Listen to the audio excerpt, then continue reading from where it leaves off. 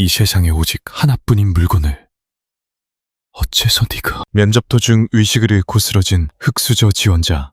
그를 구출하고자 국내 재계 1위 한울그룹의 피도 눈물도 없는 총수가 위신마저 내던진 채 황급히 와이셔츠를 풀어헤친 찰나였습니다. 30년 전 생이별한 옛사랑의 목에 직접 걸어주었던 빛발의 눈목걸이가 마법처럼 청년의 품에서 모습을 드러냈거든요. 한 번도 마주친 적 없는 가난한 자네가 어째서 그룹 총수의 징표를 소중히 간직하고 있었던 걸까요? 나아가 이 투박한 펜던트 이면에는 지난 30년간 묻혀있던 어떤 기막힌 비밀이 도사리고 있는 것일까요? 본격적인 이야기에 앞서 구독과 좋아요를 부탁드리며 지금부터 그 기막힌 사연을 시작하겠습니다. 저녁 7시 차량으로 꽉 막힌 강남 한복판은 거대한 주차장을 방불케 했죠. 장마가 쏟아낸 거센 폭우가 도로를 사정없이 때렸고 셀 수 없는 자동차 후미등이 마치 핏빛 강물처럼 길게 늘어섰습니다. 사방에서 울리는 클렉슨과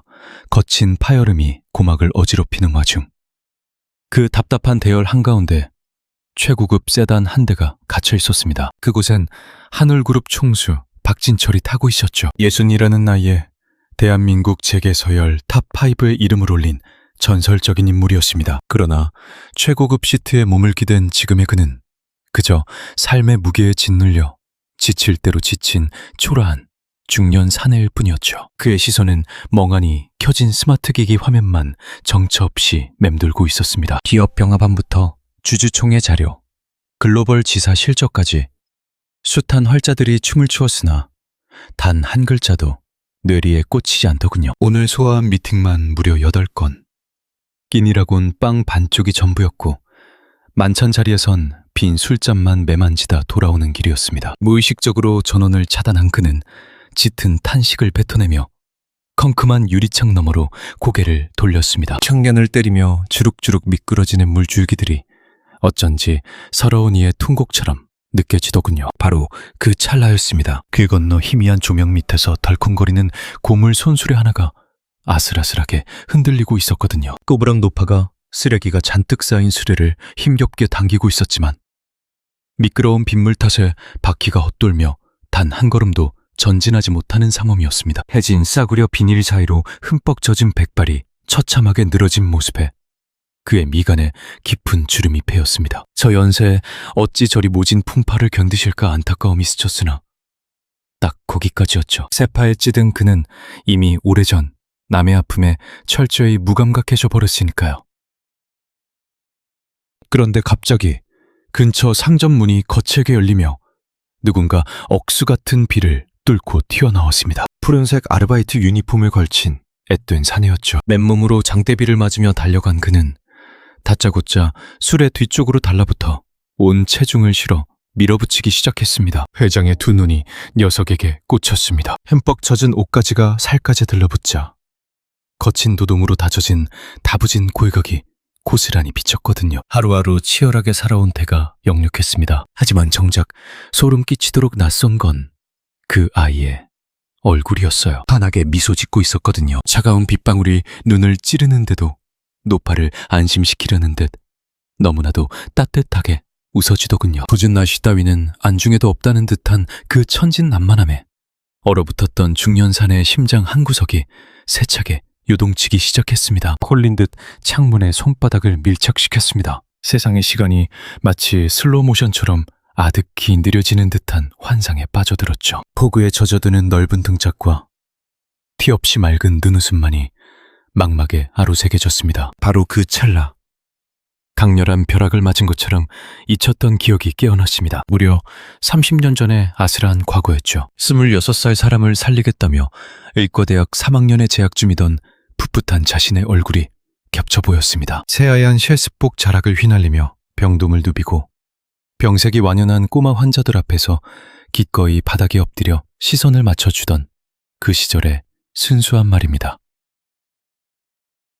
당시 그의 눈동자는 밤하늘의 은하수처럼 반짝였고 병든 이들의 고통을 거두어주겠다는 숭고한 열망으로 맥박이 끓어올랐었죠. 눈앞에서 비를 맞는 저 사내의 얼굴에 오래전 죽어버린 줄로만 알았던 자신의 가장 찬란했던 시절이 고스란히 담겨 있었거든요. 피기가 가신 입술이 통제력을 잃고 경련했습니다. 도저히 말로 설명할 수 없는 기묘한 슬픔과 그리움이 명치를 강타했어요. 날카롭게 귀청을 찢는 크랙슨 소리에 번쩍 현실로 돌아왔습니다. 멈춰있던 교통체증이 풀리며 차들이 움직이기 시작했죠. 기사가 엑셀을 밟았음에도 그는 창문에 코를 박은 채 시선을 떼지 못했습니다. 기어이 턱을 넘어선 노인이 사내의 손에 무언가를 꼭 쥐어주는 장면이 스쳐 지나갔어요. 녀석은 세상을 다 가진 듯 한박 웃음을 터뜨렸습니다. 칠흑 같은 장마통에도 마치 따사로운 볕이 든 것처럼 주변이 환해지는 착각마저 들더군요. 이 각박한 세상에 어찌 저리 맑은 녀석이. 잠긴 목소리로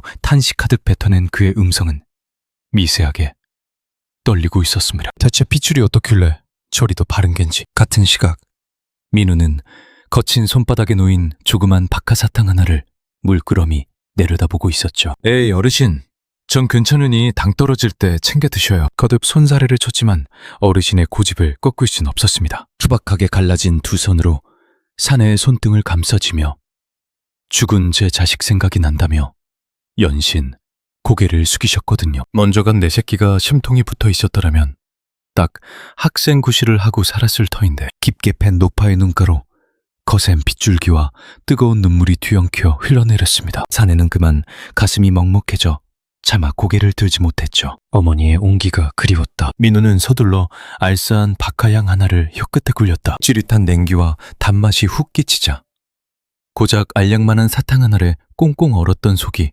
기적처럼 데워지는 듯했다. 허나 추억을 곱씹을 여유조차 그에겐 사치였다. 축축한 앞머리를 쓸어올린 그가 숨차게 매장문을 박차고 나섰습니다. 밤 10시 정각. 곧장 취객들의 운전대를 잡아야 할 시간이었다. 심야 10시에서 동틀 무렵 4시까지는 대리기사로 밤거리를 헤매고 아침 6시엔 물류창고로 넘어가 오후 2시까지 짐을 깐 뒤 해질녘 6시부턴 다시 계산대 앞을 지켰다. 눈 붙이는 시간이 고작 4시간 남짓인 쳇바퀴가 언제부터 굴러갔는지 까마득했다. 30살 어깨에 짊어진 삶의 무게치고는 지나치게 가혹했다. 넥타이를 메고 사랑을 속삭이는 동갑내기들의 일상은 그저 TV 속 드라마 같은 허상일 뿐이었다. 그럼에도 청년은 쓰게 웃어넘겼다. 원망의 목소리를 높여본들 진흙탕 같은 현실은 꿈쩍도 하지 않을 테니 입안을 감도는 싸한 내음만이 버텨낼 유일한 동력이었다. 정확히 그 무렵 칠흑 같은 리무진 한 대가 도심을 벗어나 부촌으로 미끄러져 들어갔다. 하늘을 가릴 듯 솟아오른 장대국 너머로 성체 같은 집들이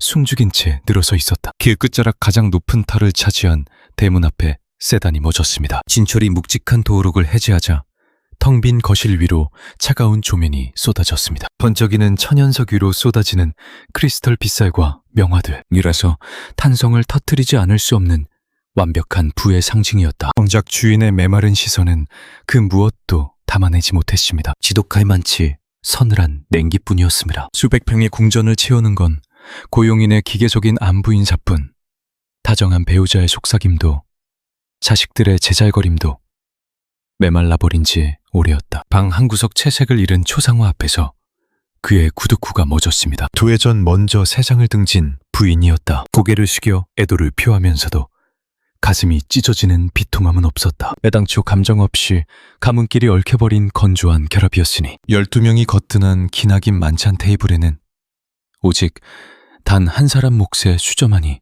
외롭게 주인을 기다렸습니다. 장다리가 휘들 차려진 진수성찬 앞에서도 식욕은 잃지 않았습니다. 무심코 전원을 켠 오디오에서는 80년대 특유의 처연한 선율이 퍼져나갔습니다. 순간 물잔을 향하던 남자의 손가락이 굳어버렸습니다. 이 멜로디만 스치면 지독하게 환영처럼 아른거리는 단 하나의 인연. 30년 전 낡은 병동 꼭대기에서 이어폰을 나눠 꼈던 바로 그녀였다. 입맛이 달아난 그는 2층 책방으로 스며들어 굳게 잠긴 서랍 밑바닥에 낡은 융주머니를 쥐었습니다. 미세한 경련이 일어나는 손길로 매듭을 풀자 초슴달을 닮은 빛바랜 은붙이 하나가 툭 떨어져 내렸습니다. 무심한 시간 속에 은빛은 탁해졌을지언정 안쪽에 새겨진 투박한 영문자만큼은 선명히 살아 숨쉬었습니다. 그와 영수구주를 통틀어 단 한 쌍뿐인 정표. 30년 전 풋내기 의학도 시절 생애 첫 연인을 위해 밤새워 세공했던 애틋한 파편이었다. 이윽고 조금 전 스쳐 지나간 어느 지친 청년의 눈매가 판각처럼 자꾸만 겹쳐 보였습니다. 그는 얼음장 같은 금속을 심장 부근에 짓누르며 무겁게 시야를 닫았습니다. 30년 세월 동안 가슴에만 묻어든 세 글자가 마침내 탄식처럼 흘러나왔습니다. 떨리는 입술이 그녀를 호명한 찰나 굳게 닫힌 중년의 속눈썹 사이로 뜨거운 물방울이 맺혔습니다. 삐. 동시간대 변두리의 낡은 요양병동. 남자가 사무치게 부르짖던 바로 그 여인이 차가운 생명 유지 장치에 매달려 위태로운 호흡을 잇고 있었습니다. 단조로운 파열음만이 규칙적으로 병실을 맴돌았고 피를 거르는 공간 특유의 지독한 알코올 내음과 눅눅한 습기가 폐부를 파고들었습니다. 청백한 조명 아래 12개의 병상이 도열해 있었으며 사람들은 저마다 핏줄을 기계에 내어준 채 미동조차 하지 못했습니다. 외풍이 스미는 제일 구석자리. 그곳에 그림자처럼 허물어진 영숙이 있었습니다. 56. 왕년엔 종합병원의 유능한 백위의 천사로 숱한 생명을 보듬었던 그녀의 손이었다. 허나 작금의 몰골은 처참했습니다. 살갗은 생기를 잃어 시체처럼 푸르스름했고 앙상하게 깎여나간 뺨 위로 뼈마디만 흉측하게 도드라졌습니다. 꼬박 5년간 혈액을 쥐어짜낸 형벌 같은 투겸이 고운 자태를 완전히 앗아가버린 탓이다. 마른 그녀의 좌측 전안에는 소름 끼치도록 두꺼운 호스 2가닥이 잔인하게 박혀 있었습니다. 피를 억지로 수만시키려 살을 째어 이어붙인 인공혈관, 그 흉측한 핏줄을 타고 검푸른 피멍과 징그러운 천자 자국들이 거머리처럼 들러붙어 있었습니다. 도저히 헤아릴 수조차 없는 찔림의 흉터가 가녀린 팔뚝을 끔찍하게 잠식해 들어갔습니다. 차라리 온전한 맨살 한 뼘을 찾아내는 것이 기적에 가까울 지경이었다. 모터가 기괴한 소음을 토해내며 검붉은 액체를 뽑아 올렸고 불순물을 씻어낸 뒤에야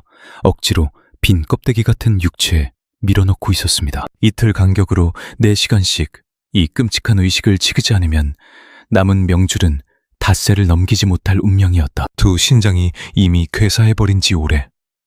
차가운 쇳덩어리에 목숨을 구걸하는 것 외엔 도리가 없었습니다. 여인은 흐릿해진 시야를 닫고 허공만 응시했습니다. 타들어가는 점막 사이로 쇳소리 섞인 가쁜 호흡만이 간신히 새어나왔습니다. 사지가 묶인 듯 침대에 결박당한 4시간. 찰나의 뒤척임조차 혈관을 터뜨리거나 생명줄인 장비의 경고음을 울리게 만들 뿐이었습니다. 정적이 짓누르던 바로 그 찰나.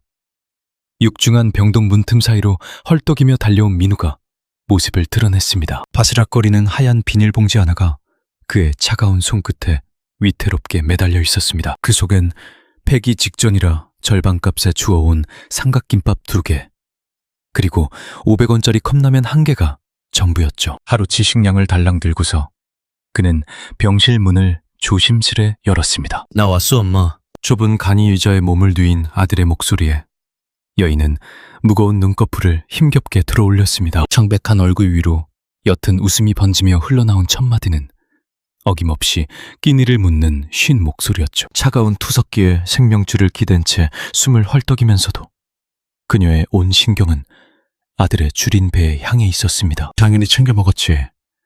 오늘은 좀 견딜만해? 그는 초라한 식객의 흔적을 황급히 발 아래로 숨겼습니다. 썩어가는 청춘의 민낯을 들키고 싶지 않았으니까요. 대답 대신 짙은 한숨이 병실 공기를 갈랐습니다. 유난히 생명력이 빠져나가는 듯한 하루였거든요. 굵은 바늘이 파고든 살갗은 검푸르게 부어올랐고 현기증이 몰아치던 찰나 침묵을 깨고 진동이 울렸습니다. 액정에 찍힌 발신자를 확인한 순간 청년의 얼굴에서 핏기가 싹 가셨습니다. 지독한 악몽의 시작이었죠. 차마 외면하지 못한 채 그는 떨리는 손가락으로 통화 버튼을 눌렀습니다. 어이 강민우, 이번 달 이자 입금 안 된 거 설마 까먹은 건 아니겠지? 수화기 너머로 비수가 날아들었습니다. 어둠에 돈을 굴리는 자였죠. 3년 전 피를 토하는 어미를 살리려다 덜컥 쥐어버린 독이 든 성배였습니다. 처음 빌렸던 500만 원은 괴물처럼 눈덩이로 불어나 어느새 2천만 원을 훌쩍 넘긴 상태였습니다. 며칠만, 딱 이번 주까지만. 변명은 곧바로 묵살당했습니다. 다음 주까지 입금 안 되면 병실로 직접 찾아가마. 일방적으로 통화가 끊긴 뒤 액정을 움켜쥔 그의 두 손은 통제할 수 없을 만큼 사시나무처럼 떨렸습니다. 무슨 일인데 그래? 아무것도 아니야. 쓸데없는 스팸일 뿐. 애써 입꼬리를 올렸지만 늙은 어미의 직감은 속일 수 없었죠. 못난 애미 탓에 자식이 시궁창에서 허우적댄다는 사실을요. 탁한 그녀의 눈동자에 이내 물기가 차올랐습니다. 이 몹쓸 몸뚱이가 질기게 숨만 붙어 있어서 집 만드는구나. 그런 가슴 찢어지는 소리. 제발 그만해. 뇌새끼 앞뒤만 가로막는 무덤 같은 년. 한 맺힌 절규가 이새로 새어나왔습니다. 주름진 뺨 위로 굵은 방울이 뚝뚝 떨어지자 그는 거친 두 손을 겹쳐주며 속삭였습니다. 내 세상의 전부는 엄마라고. 한 번만 더 그런 말하면 다신 안 올 거야. 무거운 침묵을 깨고 주치의가 굳은 안색으로 병실을 찾아집니다. 생체 기록지가 빼곡한 모니터를 응시하는 의료진의 미간에는 깊은 골이 파여 있었죠. 아드님, 잠시 밖에서 얘기 좀 나눌까요? 심장이 발밑으로 쿵 떨어지는 기분과 함께 그는 서늘한 복도로 향했습니다. 환자분 핏줄이 한계치에 다다랐습니다. 더 이상 버티질 못해요. 통로가 꽉 막혀버려서 피를 거르는 일조차 불가능해질 겁니다. 유일한 살 길은 장기를 통째로 바꾸는 것뿐이죠. 이제 더는 찌를 자리조차 남아있지 않습니다. 절망의 숨이 턱 막히는 그에게 또 다른 현실의 족쇄가 날아들었습니다. 수납처에서 독촉장 받으셨을 겁니다. 무거운 발걸음을 이끌고 찾아간 창고에서는 건조한 확인 절차가 이어졌죠. 윌린 청구액만 500만 원이에요. 이달 내로 정산 안 하시면 병동에서 나가셔야 합니다. 도망치듯 숨어든 좁은 화장실 칸에서 그는 차가운 단말기 화면만 멍하니 바라보았습니다. 계좌에 찍힌 숫자는 고작 3,400원. 차가운 타일벽에 이마를 기댄 채 그는 와르르 무너져 내렸습니다. 목끝까지 차오른 비명을 삼키느라 그분 등이 소리 없이 거칠게 유동쳤습니다. 짙은 어둠이 깔린 지하 새방, 코를 찌르는 습기와 발에 차는 누더기 장판이 모자를 반겼죠. 이 눅눅한 구덩이마저 당장 내일 뺏길지 모르는 벼랑 끝에서 노모가 앙상한 뼈대를 기둥 삼아 위태롭게 일어섰습니다. 이 밤에 대체 어디를 나가게? 밥집 주방이라도 자리 있는지 알아봐야 살지. 물일이라도 거두면 5만 원은 쥐어줄 텐데. 미쳤어? 쓰러지고 싶어 환장했내며 아들이 거칠게 만류했습니다. 이대로 앉아서 죽어?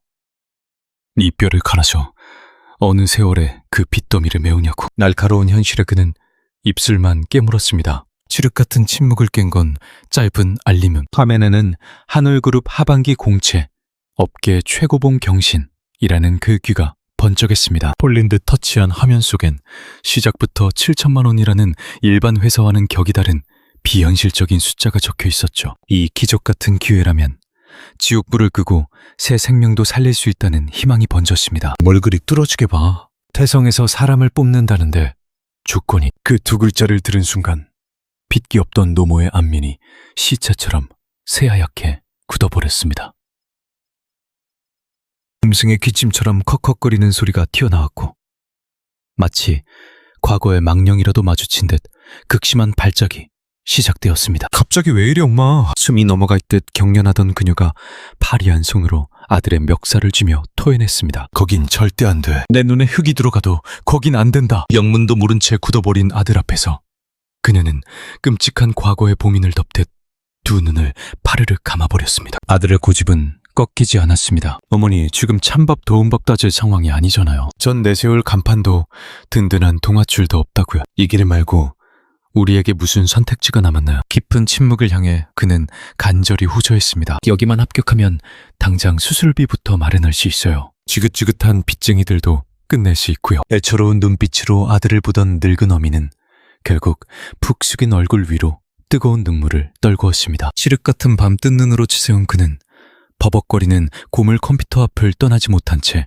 동이틀 무렵까지 간절한 마음을 글로 엮어냈습니다. 남배 같은 화려한 이력 한 줄 없었어도 뼈저린 삶의 궤적만큼은 고스란히 녹여냈죠. 어스름한 새벽빛이 스며들자 마우스에 손을 얹은 그의 숨이 턱 막혔습니다. 이게 마지막 밧줄이야. 질끈 감은 두 눈 위로 묵직한 클릭음이 울렸습니다. 어머니 무슨 수를 써서라도 이 약물고 살아남아서 반드시 살려낼게요. 습기 찬 지하방의 좁은 창틀 사이로 푸르스름한 아침 해가 비쳐들고 청년의 거친 뺨을 타고 굵은 물줄기가 쏟아졌습니다. 같은 시각 한올그룹 본사 12층 채용부서는 아수라장 그 자체였습니다. 수천 장에 달하는 지원서들이 책상마다 거대한 탑을 이루고 있었죠. 실무진들은 빗발치는 문해에 응대하며 서리 무더기를 가려내느라 충혈된 눈을 비비기 바빴습니다. 1년 중 단 한 차례만 열리는 바늘 구멍 같은 대형 공채 기간이었으니까요. 이번 시즌에만 3만 명 이상이 몰려든 이 혼돈의 중심에는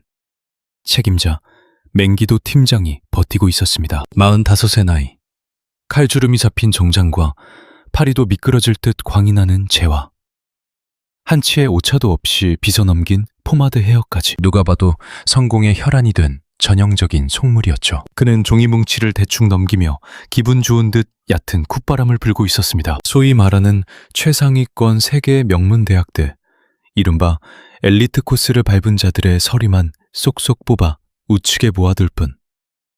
이름 모를 간판들은 거들떠보지도 않은 채 넘겨버렸습니다. 그 인간에게 졸업장이란 곧 실력의 척도요. 화려한 이력은 사람의 급을 나누는 기준이었으니까. 곧이어 새로운 종이 한 장이 그의 손에 쥐어졌습니다. 학력칸을 확인한 그의 인매가 비릿하게 올라갔습니다. 이름 없는 외곽 지역의 밤 시간대 수업이라니. 참다 못해 헛웃음이 터져나왔죠. 중록된 사진 속 짧게 정돈된 헤어스타일과 맑고 깊은 눈빛을 흘기듯 바라보며 중얼거렸습니다. 어학 성적표 한 장, 흔한 증명서 하나 없는 주제에 여길 감히 원서를 해? 요즘 시대에 이렇게 밑바닥인 놈이 실존한다고? 주제 파악도 못하고 허황된 꿈을 꾼구만. 노골적인 조소를 머금은 채 그는 그 종이 쪼가리를 구석의 낡은 상자 속으로 팽개쳤습니다. 붉은색 마커로 폐기 처분이라 섬뜩하게 적힌 그 통은 닫는 순간 두 번 다시 빛을 볼 수 없는 절망의 구덩이와 같았습니다. 세 글자 이름표를 단 청년의 간절함은 매몰차게 버려진 다른 서리 뭉치들 위로 처참하게 곤두박질 쳤습니다. 언제 그랬냐는 듯 흥겨운 가락을 뽑아내며 다음 심사로 넘어간 그의 머릿속에서 그 청년의 흔적은 완벽히 지워진 지 오래였습니다. 바로 그 찰나, 정적을 깨고 입구를 지키던 부하 직원의 찢어질 듯한 외침이 사무실을 강타했습니다. 최고 경영자님, 납시입니다. 왁자지껄하던 공간에 찬물을 끼얹은 듯 무거운 침묵이 내려앉았고 사람들은 혼비백산하며 각 잡힌 폐쇄로 전환했습니다. 거만하게 앉아있던 팀장 역시 소스라치게 놀라 옷깃을 여미며 용수철처럼 자리를 박차고 일어났죠. 굳게 닫혔던 문턱을 넘어 닥진철 총수가 모습을 드러냈습니다. 60대 중반이라는 나이가 무색할 만큼 서리빨 같은 기백과 매서운 안광이 번뜩였습니다. 그가 첫 발을 내딛는 순간 실내의 산소가 희박해지는 듯한 압박감이 몰려왔고 최측근 보좌관이 그림자처럼 그 뒤를 지켰습니다. 어르신, 이곳까지 어쩌는 차신지요? 허리가 끊어질 듯 굽신거리는 수화를 향해 돌아온 대답은 짧고 굵었습니다. 기습 시찰이다. 이번 신규 인력 채용이 투명하게 굴러가는지 내 눈으로 똑똑히 확인하러 왔다. 하명하신 대로 한치의 어긋남 없이 흘러가고 있습니다요. 내로라 하는 걸출한 두뇌들이 대거 몰렸습죠. 연mem을 늘어놓는 사이 총수의 미릿한 구둣발 소리가 적막한 복도를 울렸습니다. 매이 눈으로 부서원들의 작업 공간과 종이탑들을 훑어보는 그의 뒷공무니를 졸졸 쫓으며 책임자는 쉴 새 없이 아부 섞인 브리핑을 쏟아냈죠. 쉼없이 움직이던 어르신의 보폭이 어느 한 구석에서 뚝 멎었습니다. 바로 그 불길한 폐기 처분 상자 앞이었죠. 버려진 구덩이를 향해 내리꽂힌 묵직한 시선 끝에 가장 상단에 널브러진 누군가의 작고 반명한 판 얼굴이 포착되었습니다. 순간 빙상 같던 노인의 동공이 요동치기 시작했습니다. 이마를 훤히 드러낸 반듯한 인상, 타인을 품어낼 듯한 온기 어린 맑은 눈망울, 불과 며칠 전 억수같이 쏟아지던 장대비를 맨몸으로 맞으며 늙은 노점상 노파의 무거운 수레를 묵묵히 밀어올리던 바로 그 사내 아이가 분명했습니다. 참으로 낯뜨은 얼굴이로군. 홀린 사람처럼 그는 먼지 구덩이 속에서 버려진 서류를 조심스레 건져 올렸습니다. 표면에 묻은 때를 정성껏 털어내며 글귀를 읽어내려갔죠. 30살 학벌 칸에 적힌 글자들은 세상이 말하는 영광스러운 수식어와는 거리가 멀었습니다. 그러나 재계를 호령하는 거인의 시선은 종이 조각의 빈약한 앞면이 아닌 이면에 쏠려 있었습니다. 뒷장을 빽빽하게 채운 글귀들 속에는 일찍여옌 부친을 대신해 병든 노모를 봉영하며 주경 야독으로 버텨온 처절한 생애 기록들이 덤덤한 어조로 아로 새겨져 있었죠. 거친 세파를 이겨낸 노인의 손끝이 미세하게 떨려오자 눈치 없는 부하가 끼어들었습니다. 그건 기본 요건조차 갖추지 못한 종이장이라 진작에 걸러낸 겁니다요. 벼락같이 고개를 치켜든 수장의 서늘한 칼날 같은 시선이 방종한 아랫사람의 목덜미를 섬뜩하게 파고들었습니다. 자격 미달이라고? 얄팍한 성적표 쪼가리가 전부야? 자네는 피가 흐르는 동료를 구하는 갱가 아니면 말 잘 듣는 소모품을 찍어내는 갱가. 불호령이 떨어지자 팀장의 낯빛은 시체처럼 창백해졌습니다. 야성이 번뜩이는 심장을 가진 자를 알아봐야지. 껍데기야 가르치면 그만이지만 타인을 품어내는 진실한 인정은 천금으로도 못 사는 법. 당장 이 청년의 이름표를 합격자 명단 맨 위에 올려놔. 이 녀석은 내 손으로 직접 평가하겠네. 진철이 툭 던지듯 서류 한 장을 맹기도의 가슴팍으로 밀어붙였습니다. 토를 달 분위기가 아니었죠. 걸음을 옮기던 그가 불쑥 고개를 돌리더니 덧붙였습니다. 종이 쪼가리 말고 그 이면에 진짜 인간을 찾아내란 말이야. 명심해 두겠습니다. 굳은 대답과 함께 철문이 닫히는 순간 맹기도의 안면 근육이 무섭게 구겨졌습니다. 뻣뻣하게 숙였던 고개를 든 그는 종이 뭉치를 뚫어져라 쏘아보다 이내 탁자 위로 거칠게 패대기 쳤죠. 도대체 이 떨긴 녀석이 뭔데? 수만 명의 지원자 중 하필 이 보잘것없는 녀석을 콕 집어낸 윗선의 진짜 속내가 도무지 짐작조차 가지 않았습니다. 깊은 탄식을 뱉으며 구겨진 종이를 다시 쥐어들었죠. 까라면 까야 하는 게 월급쟁이니까. 그때 인적사항 한 구석이 그의 시야에 훅 들어왔습니다. 어머니 이영숙. 그 세 글자에 사로잡힌 듯 그의 동공이 일순간 멎었고 이내 두 눈썹이 험악하게 얽혔습니다. 묘하게 낯익은 석자였거든요. 거슬러 올라가 30년 전 그가 바닥부터 구르며 오너 일가 어르신의 온갖 지저분한 굳은 일을 전담하던 시절이 있었습니다. 당시 그 어르신이 끔찍하게도 혐오하며 입버릇처럼 씹어대던 이름 하나가 바로 그 이영숙이었죠. 의학도를 걷던 고귀한 집안 자제분과 눈이 맞았던 평범한 병원 간호사. 집안의 어른은 근본 없는 핏줄이라며 매일같이 저주를 퍼부었거든요. 에이, 30년 전 그 징글징글한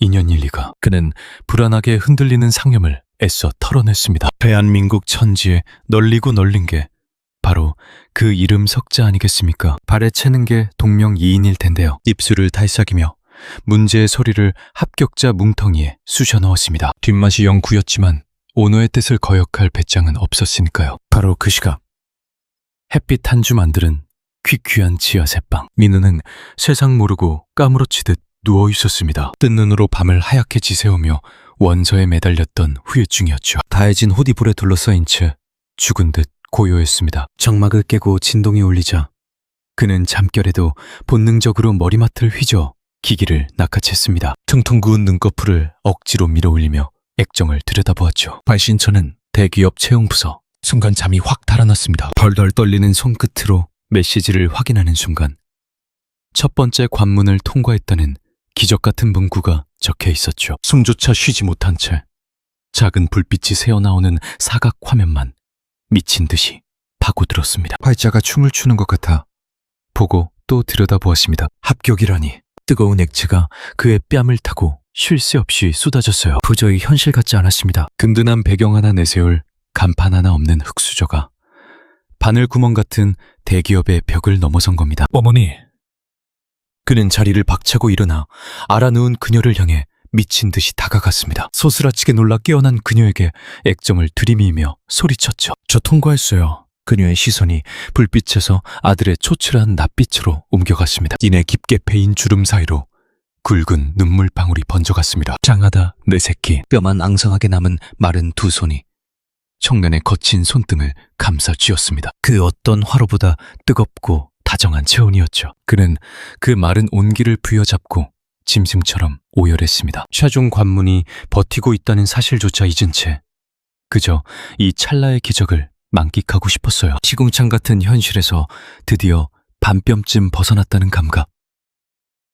지금은 그 하나로 세상 전부를 얻은 듯했습니다. 좁디 좁은 환풍구 사이로 쨍한 아침 해가 쏟아지고 있었습니다. 곰팡내 나는 눅눅한 바닥에도 볕이 든다는 기적을 그는 난생 처음 깨달았죠. 며칠 뒤 거대한 사옥 52층 대기실 앞은 숨소리조차 내기 힘들 만큼 삭막한 공기가 짓누르고 있었습니다. 마지막 관문에 도달한 20명의 청춘들이 뻣뻣하게 굳은 자세로 자신의 호명을 초조하게 기다리는 중이었죠. 머리부터 발끝까지 번지르르하게 세팅한 채 눈빛에는 여유와 오만이 가득 묻어나는 무리들이었습니다. 최상위 명문대 타이틀을 앞세운 괴물 같은 엘리트들 틈바구니에서 그는 가장 후미진 구석 자리를 지키고 있었죠. 번득한 가장의 부재 속에서 자라온 그가 소유한 유일한 외출복은 유행이 한참 지난 허름한 자켓뿐이었습니다. 10년 전 어느 날 시장통에서 어머니가 큰맘 먹고 맞춰주셨던 옷. 손목이 껑충하게 드러나고 풍조차 엉성하기 짝이 없었죠. 밑창이 달아빠져 한쪽으로 기운 낡은 단화까지. 나란히 앉아있던 한 남자가 그의 몰골을 곁눈질하곤 비릿한 헛웃음을 흘렸습니다. 벌레를 보듯 격렬하는 그 더러운 시선의 의미를 뼈저리게 느꼈지만 그는 결코 고개를 바닥으로 떨구지 않았습니다. 축축하게 땀이 밴 주먹을 으스러져라 쥐어짜며 오직 정면의 문짝만 노려보았죠. 어머니, 저 죽어라 버텨낼 겁니다. 피를 거르는 병상에 누워있던 핏기 잃은 어머니의 잔상이 그의 뇌리를 강타했습니다. 사색이 된 얼굴로도 아들을 위해 애써 지어 보이던 그 처절한 미소를 떠올리자 미친 듯이 뛰던 심장 박동이 기적처럼 차분해졌습니다. 다음 분 안으로 모시겠습니다. 마침내 그의 운명을 가를 호출이 복도를 울렸습니다. 무거운 몸을 일으켜 육중한 손잡이를 당기자 예상조차 못했던 거대하고 서늘한 공간이 그를 집어삼킬 듯 펼쳐졌습니다. 기나긴 탁자를 방패 삼아 자리 잡은 5명의 심사위원들. 먹잇감을 노리는 맹수 같은 시선이 일제히 한 곳으로 꽂혔습니다. 살벌한 중압감에 멎었던 숨이 다시 가빠지기 시작하던 바로 그 찰나. 기묘한 위화감이 등골을 스쳤습니다. 가장 상석이어야 할 중앙의 의자가 덩그러니 비어 있었거든요. 이윽고 인사총괄자인 맹기도가 종이 뭉치를 뒤적이며 침묵을 겠습니다. 이봐요. 지원자. 학력이 천 기상천외하군. 이름도 없는 시골 구석 야간 코스라 노골적인 조롱과 멸시가 끈적하게 달라붙은 음성이었습니다. 회의실 곳곳에서 조롱 섞인 실소가 터졌고 청년은 입술을 꾹 깨물었죠. 맞습니다. 해가 떠 있을 땐 돈을 벌었고 달이 뜨면 책을 탔거든요. 어학 점수도 스펙도 전무한데 무슨 배짱으로 우리 대기업 문을 두드리셨나. 뾰족한 추궁에 막 입술을 때리던 찰나 굳게 닫혀있던 묵직한 문이 열렸습니다. 등장한 인물을 확인한 간부들은 마치 용수철처럼 기립했죠. 떠들은 피우던 면접관의 얼굴이 하얗게 질렸습니다. 바로 이 그룹의 최고 권위자였으니까요. 노인은 말없이 중앙 상석의 자리를 잡더니 이내 깊은 눈동자로 지원자를 응시했습니다. 내 짐작이 맞았군. 그의 입술 사이로 나지막한 탄성이 새어나왔죠. 폭우 속에서 노인을 돕던 따뜻한 등. 쓰레기통에서 주워 올린 서류의 주인이 바로 저 아이였거든요. 묵직한 시선에 어깨가 움츠러들었지만 이상하게도 심장 한 구석이 뻐근해져 왔습니다. 책냄부지의 타인일 뿐인데 마치 오래전부터 알고 지낸 듯한 기묘한 기시감이 들었거든요. 청년. 우리 회사에 들어오려는 까닭이 뭔가. 흔해 빠진 질문임에도 그 무게감은 차원이 달랐습니다. 그 어떤 가시돋친 멸시나 조소도 섞여 있지 않았죠. 오직 순수한 의문만이 담긴 눈동자에 청년은 흔들렸습니다. 외워둔 번듯한 대사들이 있었지만요. 기업의 미래지향적 가치에 이바지하겠다는 포장된 거짓말들 말입니다. 결국 그는 입을 닫아버렸죠. 있는 그대로 고백하겠습니다. 미세하게 떨리는 음성이 정막을 깼습니다. 저희 엄마가 많이 아프십니다. 5년 동안이나 투석기에 의지해 오셨고 남은 건 산더미 같은 치료비와 부채뿐입니다. 제 목표는 오직 하나. 그 빚을 청산하고 엄마에게 새 생명을 달아드리는 것뿐입니다. 공간은 찬물을 끼얹은 듯 고요해졌죠. 기업의 거창한 청사진 따위보다 쑥 넘어가는 제 가족을 구하는 게 먼저니까요. 이곳의 급여가 업계 최고 수준이라 들었습니다. 그 잘난 돈 때문에 이곳에 왔습니다. 두 다리는 사시나무처럼 흔들렸지만 청년은 시선을 피하지 않고 노인의 눈을 올곧게 마주보았지. 주변에서 불쾌한 수군거림이 번지기 시작했고 심사관 하나가 대놓고 콧방귀를 뀌었습니다. 기가 막히는군. 이런 자리에서 구걸이라니. 하지만 최고 권위자는 미동조차 없이 괴로운 듯 얼굴을 찡그렸습니다. 깊은 눈동자에는 지진이 일었고 굳게 담은 입가는 통제할 수 없을 만큼 경련하고 있었죠. 아비 얼굴도 모른 채 병든 평모스라에서 자라며 살기 위해 발버둥 쳤다던 그 서글픈 이력서 문구들이 스쳐 지나갔거든요. 노인이 떨리는 입술을 떼며 무슨 말인가를 전하려던 바로 그 찰나였습니다. 청년의 시야가 새까맣게 물들더니 고막을 찢을 듯한 이명이 밀려왔습니다. 수일간 곡기를 끄는 데다 완벽한 답변을 준비하려 뜬 눈으로 밤을 지새운 혹사의 대가였죠. 하는 외마디 비명과 함께 휘청인 그는 집행할 곳을 찾아 손을 뻗었으나 헛손질 뿐이었습니다. 육중한 파여름이 신뢰를 울렸고 앙상한 몸뚱이가 차가운 대리석 위로 힘없이 곤두박질 쳤습니다. 주변에 앉아있던 간부들은 혼비백산하여 소리치며 일어났죠. 사람 살려, 당장 구급대부터 호출해. 아득해지는 소음 속에서 번개처럼 몸을 던진 건 다름 아닌 회정이었습니다. 그는 채통도 잊은 채 좌석을 걷어차고 쓰러진 아이의 곁으로 슬라이딩하듯 다가갔습니다. 다급히 무릎을 굽히고 창백한 탁을 받친 뒤 손목에 핏대와 옅은 숨소리부터 살폈죠. 30년 좀 떠보게 제발. 식어가는 얼굴을 다급하게 쓸어내리자 미세한 경련이 일었고 숨통을 틔워주려 거친 손길로 셔츠를 잡아당겼습니다. 꽉 조인 타이와 앞섭을 급히 헤집어 놓던 찰나 차가운 빗줄기 하나가 번쩍 눈을 찔렀습니다. 파리한 쇄골 위로 늘어진 가느다란 백금줄.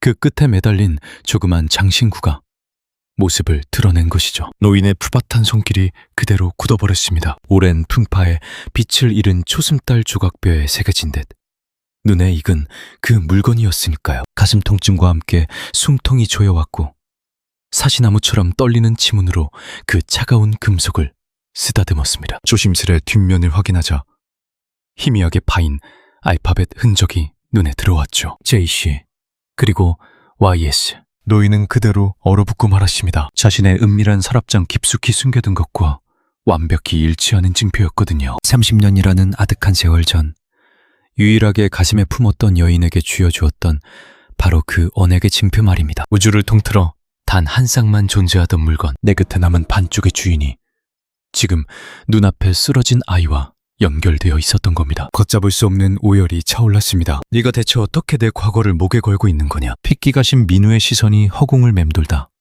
자신을 부둥켜 하는 사내에게 멈췄고 그를 부르는 진철의 음성은 형편없이 떨리고 있었습니다. 도대체 이 펜던트 누구한테 받은 거냐며 그가 짐승처럼 울부짖듯 캐물었죠. 아버지가 남긴 물건이라는 그 한마디에 굳어있던 사내의 뺨 위로 왈칵 뜨거운 액체가 쏟아졌죠. 어머니 이영숙 그리고 생부 미상. 잔혹한 운명의 퍼즐이 완성되는 순간 그는 사그라지는 핏줄을 부서져라 품에 안았습니다. 30년이라는 긴 세월 동안 메말라 있던 그의 두 눈동자에서 주체할 수 없는 오열이 터져나왔습니다. 시간을 거슬러 1994년의 따스한 봄날 서울대 배문 뜰 안은 흩날리는 연분홍 벚꽃으로 가득했죠. 봄바람을 타고 춤추는 꽃비가 발걸음을 재촉하는 이들의 머리칼과 옷깃마다 살포시 안착하던 무렵이었습니다. 쟁사가 오가는 차디찬 하얀 건물 속에도 찬란한 계절은 잊지 않고 스며들었으니까요. 당시 26살이던 박진철은 새하얀 가운을 휘날리며 복도를 누비던 수려한 외모와 날카로운 지성을 겸비한 청년이었습니다. 의대 전체 수석이라는 타이틀에 걸맞게 실무평가에서도 늘 압도적인 1위를 놓치지 않았습니다. 하늘그룹 회장의 핏줄이라는 엄청난 뒷배경마저 공공연한 비밀이었기에 동료들 사이에서 그는 완벽한 동화 속 왕자님으로 통했습니다. 정작 본인은 헛된 명성 따위는 안중에도 없었고 오로지 죽어가는 생명을 끄집어내는 일에만 혈안이 되어 있었죠. 참된 의술을 펼치겠다는 신념뿐이던 그에게 지독한 운명의 서막은 어느 고요한 새벽 당직 시간에 찾아왔습니다. 답답한 공기를 환기하려 발걸음을 옮긴 컴컴한 건물 꼭대기층이었습니다. 무거운 철문을 밀고 나선 찰나 거대한 구조물 너머의 짙은 어둠 속에서 누군가의 처절한 흐느낌이 귓가를 때렸죠. 새하얀 근무복을 입은 앳된 여성이 그곳에 숨어 있었습니다. 숨조차 제대로 쉬지 못하고 어깨를 떠는 그녀의 모습에 이끌리듯 그는 천천히 다가섰습니다. 무슨 일 있냐는 조심스러운 물음에 흠칫 놀라 돌아본 그녀의 젖은 뺨 위로 창백한 달빛이 부서졌어요. 23살 남짓의 앳된 얼굴은 곱고 단정했지만 깊은 곳에 짙은 그늘을 품은 눈동자였습니다. 그녀의 이름은 이영숙.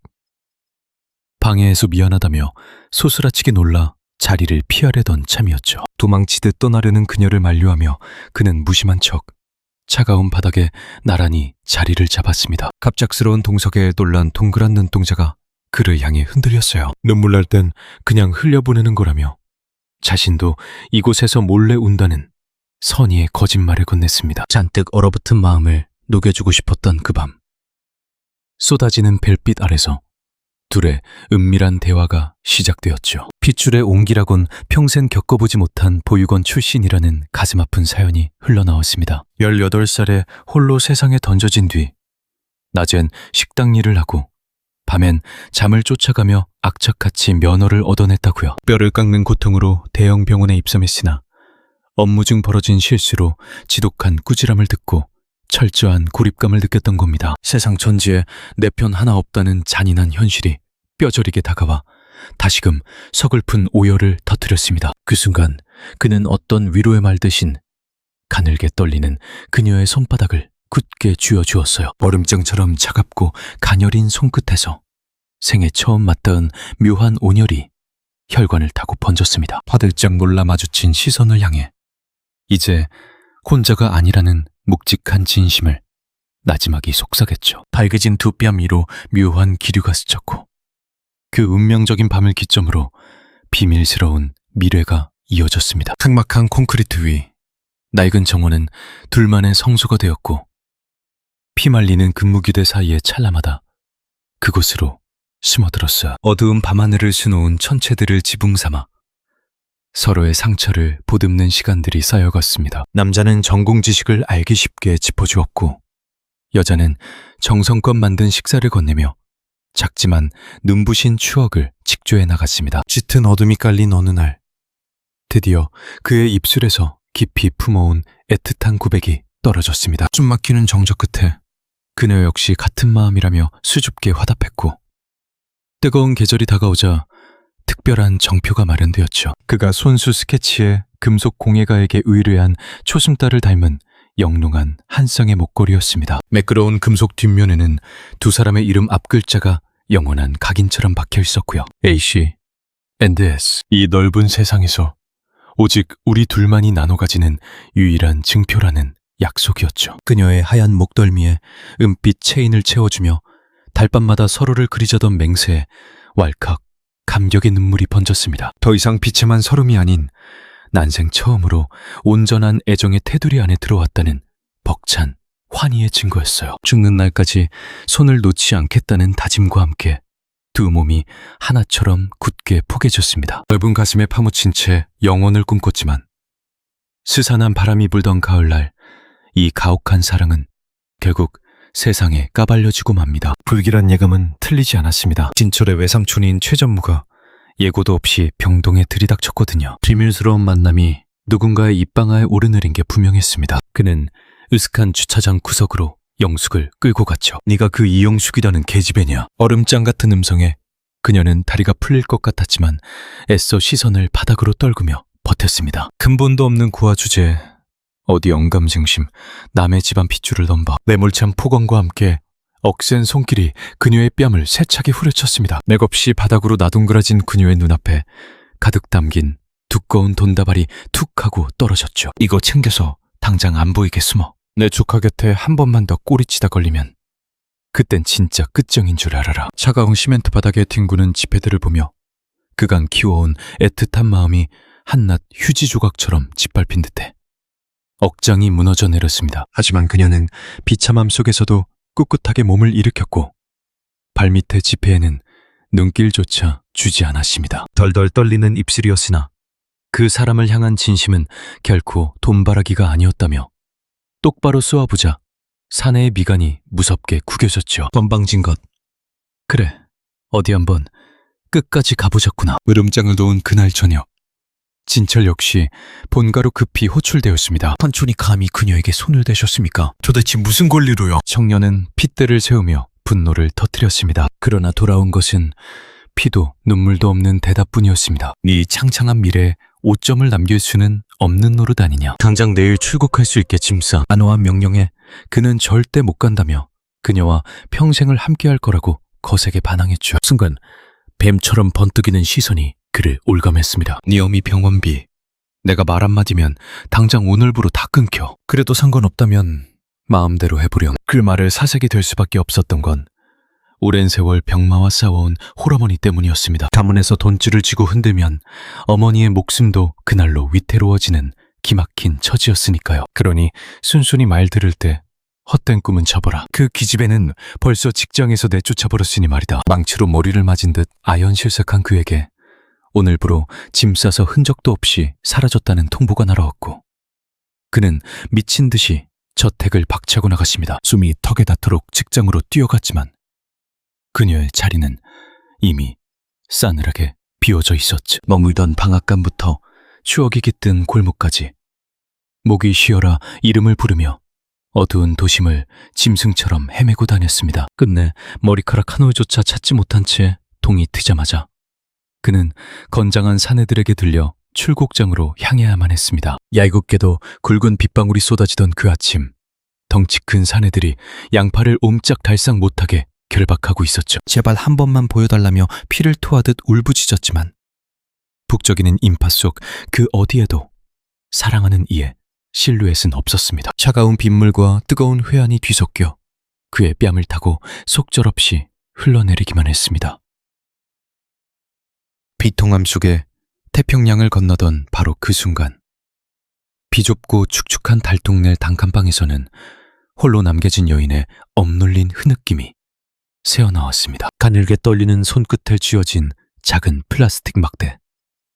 거기엔 선명하고 붉은 두 가닥의 선이 그어져 있었습니다. 그토록 사랑했던 남자의 새 생명이 깃든 것입니다. 그녀는 그것을 심장 가까이 끌어안고 숨이 넘어갈 듯 통곡했습니다. 당장이라도 이 기적을 알리고 싶었지만 소통할 수단조차 모조리 끊긴 채 그가 지구 반대편으로 떠났다는 사실만 절망처럼 다가왔습니다. 쇄골 위에서 서늘하게 반짝이는 초승달 모양의 목걸이만이 남겨진 유일한 온기였습니다. 그녀는 그 펜던트를 부서져라 주며 속삭였죠. 당신이 남겨준 이 작은 우주는 무슨 수를 써서라도 내 목숨 걸고 지켜내겠다구라. 유리창을 거세게 때리던 30년 전 그 비극적인 날의 장마 소리가 거스를 수 없는 운명처럼 여전히 귓가를 맴돌고 있었습니다. 시간은 흘러 최고급 병동의 꼭대기층, 쥐죽은 듯 고요한 대리석 복도 양옆으로는 험악한 인상의 경호원들이 도열해 있었습니다. 개미 새끼 한 마리 얼씬할 수 없는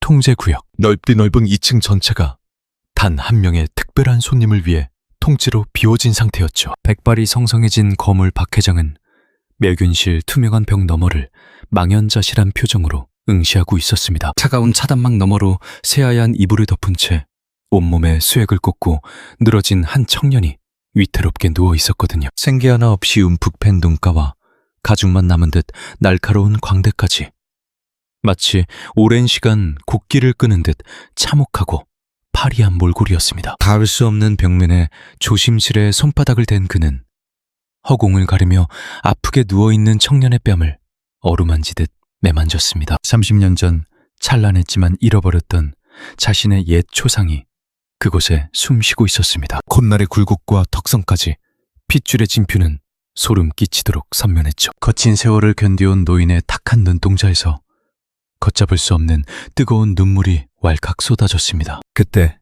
등 뒤에서 조심스러운 부름과 함께 원정이 아흔도로 고개를 숙이며 다가왔고 그는 떨리는 입술로 아이의 상태를 캐물었습니다. 축축해진 눈가를 황급히 훔쳐내는 그에게 목숨은 건졌으나 극심한 굶주림과 과로로 몸이 망가졌다는 청천벽력 같은 보고가 이어졌습니다. 당분간 안정을 취하며 기력을 보강하면 나아질 거라지만 영양실조라는 단어는 그의 가슴에 비수처럼 꽂혔습니다. 네, 참담하게도 오랫동안 제대로 된 끼니를 잊지 못해 발생한 처참한 결과입니다. 위정이 텅 비어 있었다는 의료진의 잔인한 설명에 그의 안면 근육이 무섭게 떨리더니 두 주먹이 으스러져라 꽉 쥐어졌습니다. 피부치가 먼지 구덩이에서 배를 골아가며 버텼다니 피 맺힌 노후성에 하얗게 질린 의료진은 차마 고개를 들지 못하고 바닥만 응시했습니다. 반드시 살려내겠습니다. 중환자실 차창 너머 핏기 하나 없이 마른 청년의 팔뚝이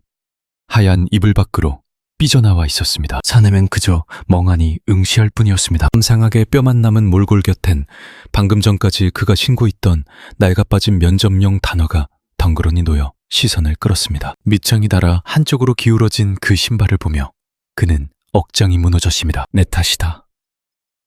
이 못난 애비를 용서해다오. 무거운 탄식이 적막한 병동을 채울 무렵 곁을 지키던 최측근이 조심스레 다가와 섰습니다. 지시하신 내역입니다. 그가 건넨 전자기기 속에는 희미한 과거의 흔적이 담긴 공문서 한 부가 떠올라 있었습니다. 혈연을 증명하는 그 종이. 기기를 받아든 노년의 손끝이 거칠게 떨렸고 확대된 모니터 속 활자들을 숨죽여 쫓기 시작했습니다. 이름 강민우.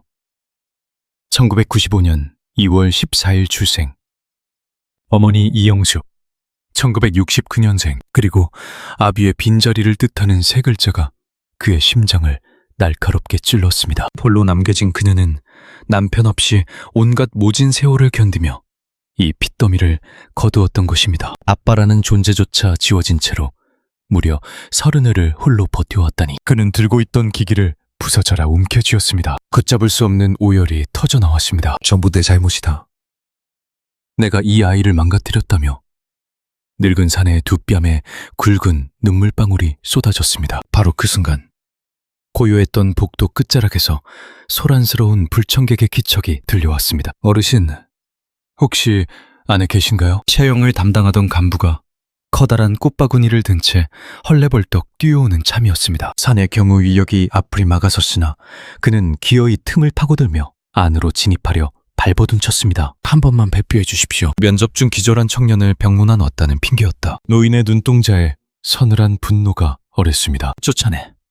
당장 내 눈앞에서 치워버려. 억눌린 응정 속에는 베일 듯한 살기가 감돌았고 결국 덩치 큰 요원들이 그 간부를 매몰차게 밖으로 끌고 나갔습니다. 억울하다는 고함 소리가 아득해진 뒤 사내는 다시 병실 창가로 시선을 돌렸습니다. 청년은 아직도 깨어나지 못한 채 사경을 헤매고 있었습니다. 곁에 있던 측근이 다시금 침묵을 깨고 은밀히 보고를 올렸습니다. 어르신 현장에서 거두어들인 물건입니다. 그가 조심스레 건넨 투명한 팩 속에는 얇고 가느다란 모발 서너 가닥이 고스란히 담겨 있었습니다. 청년이 의식을 잃고 바닥으로 꼬꾸라질 때 떨어졌던 흔적을 남몰래 챙겨든 것이라 했다. 투명한 팩을 건네받은 사내는 그 내용물을 뚫어지게 응시하다가 이내 결심한 듯 다시 부하에게 되돌려 주었습니다. 당장 감식반 책임자를 닥달해 자정 전까지 혈연 일치 여부를 알아내. 돈은 수억이 들어도 상관없어. 부하가 깊이 고개를 끄덕였습니다. 정중히 인사를 올린 측근이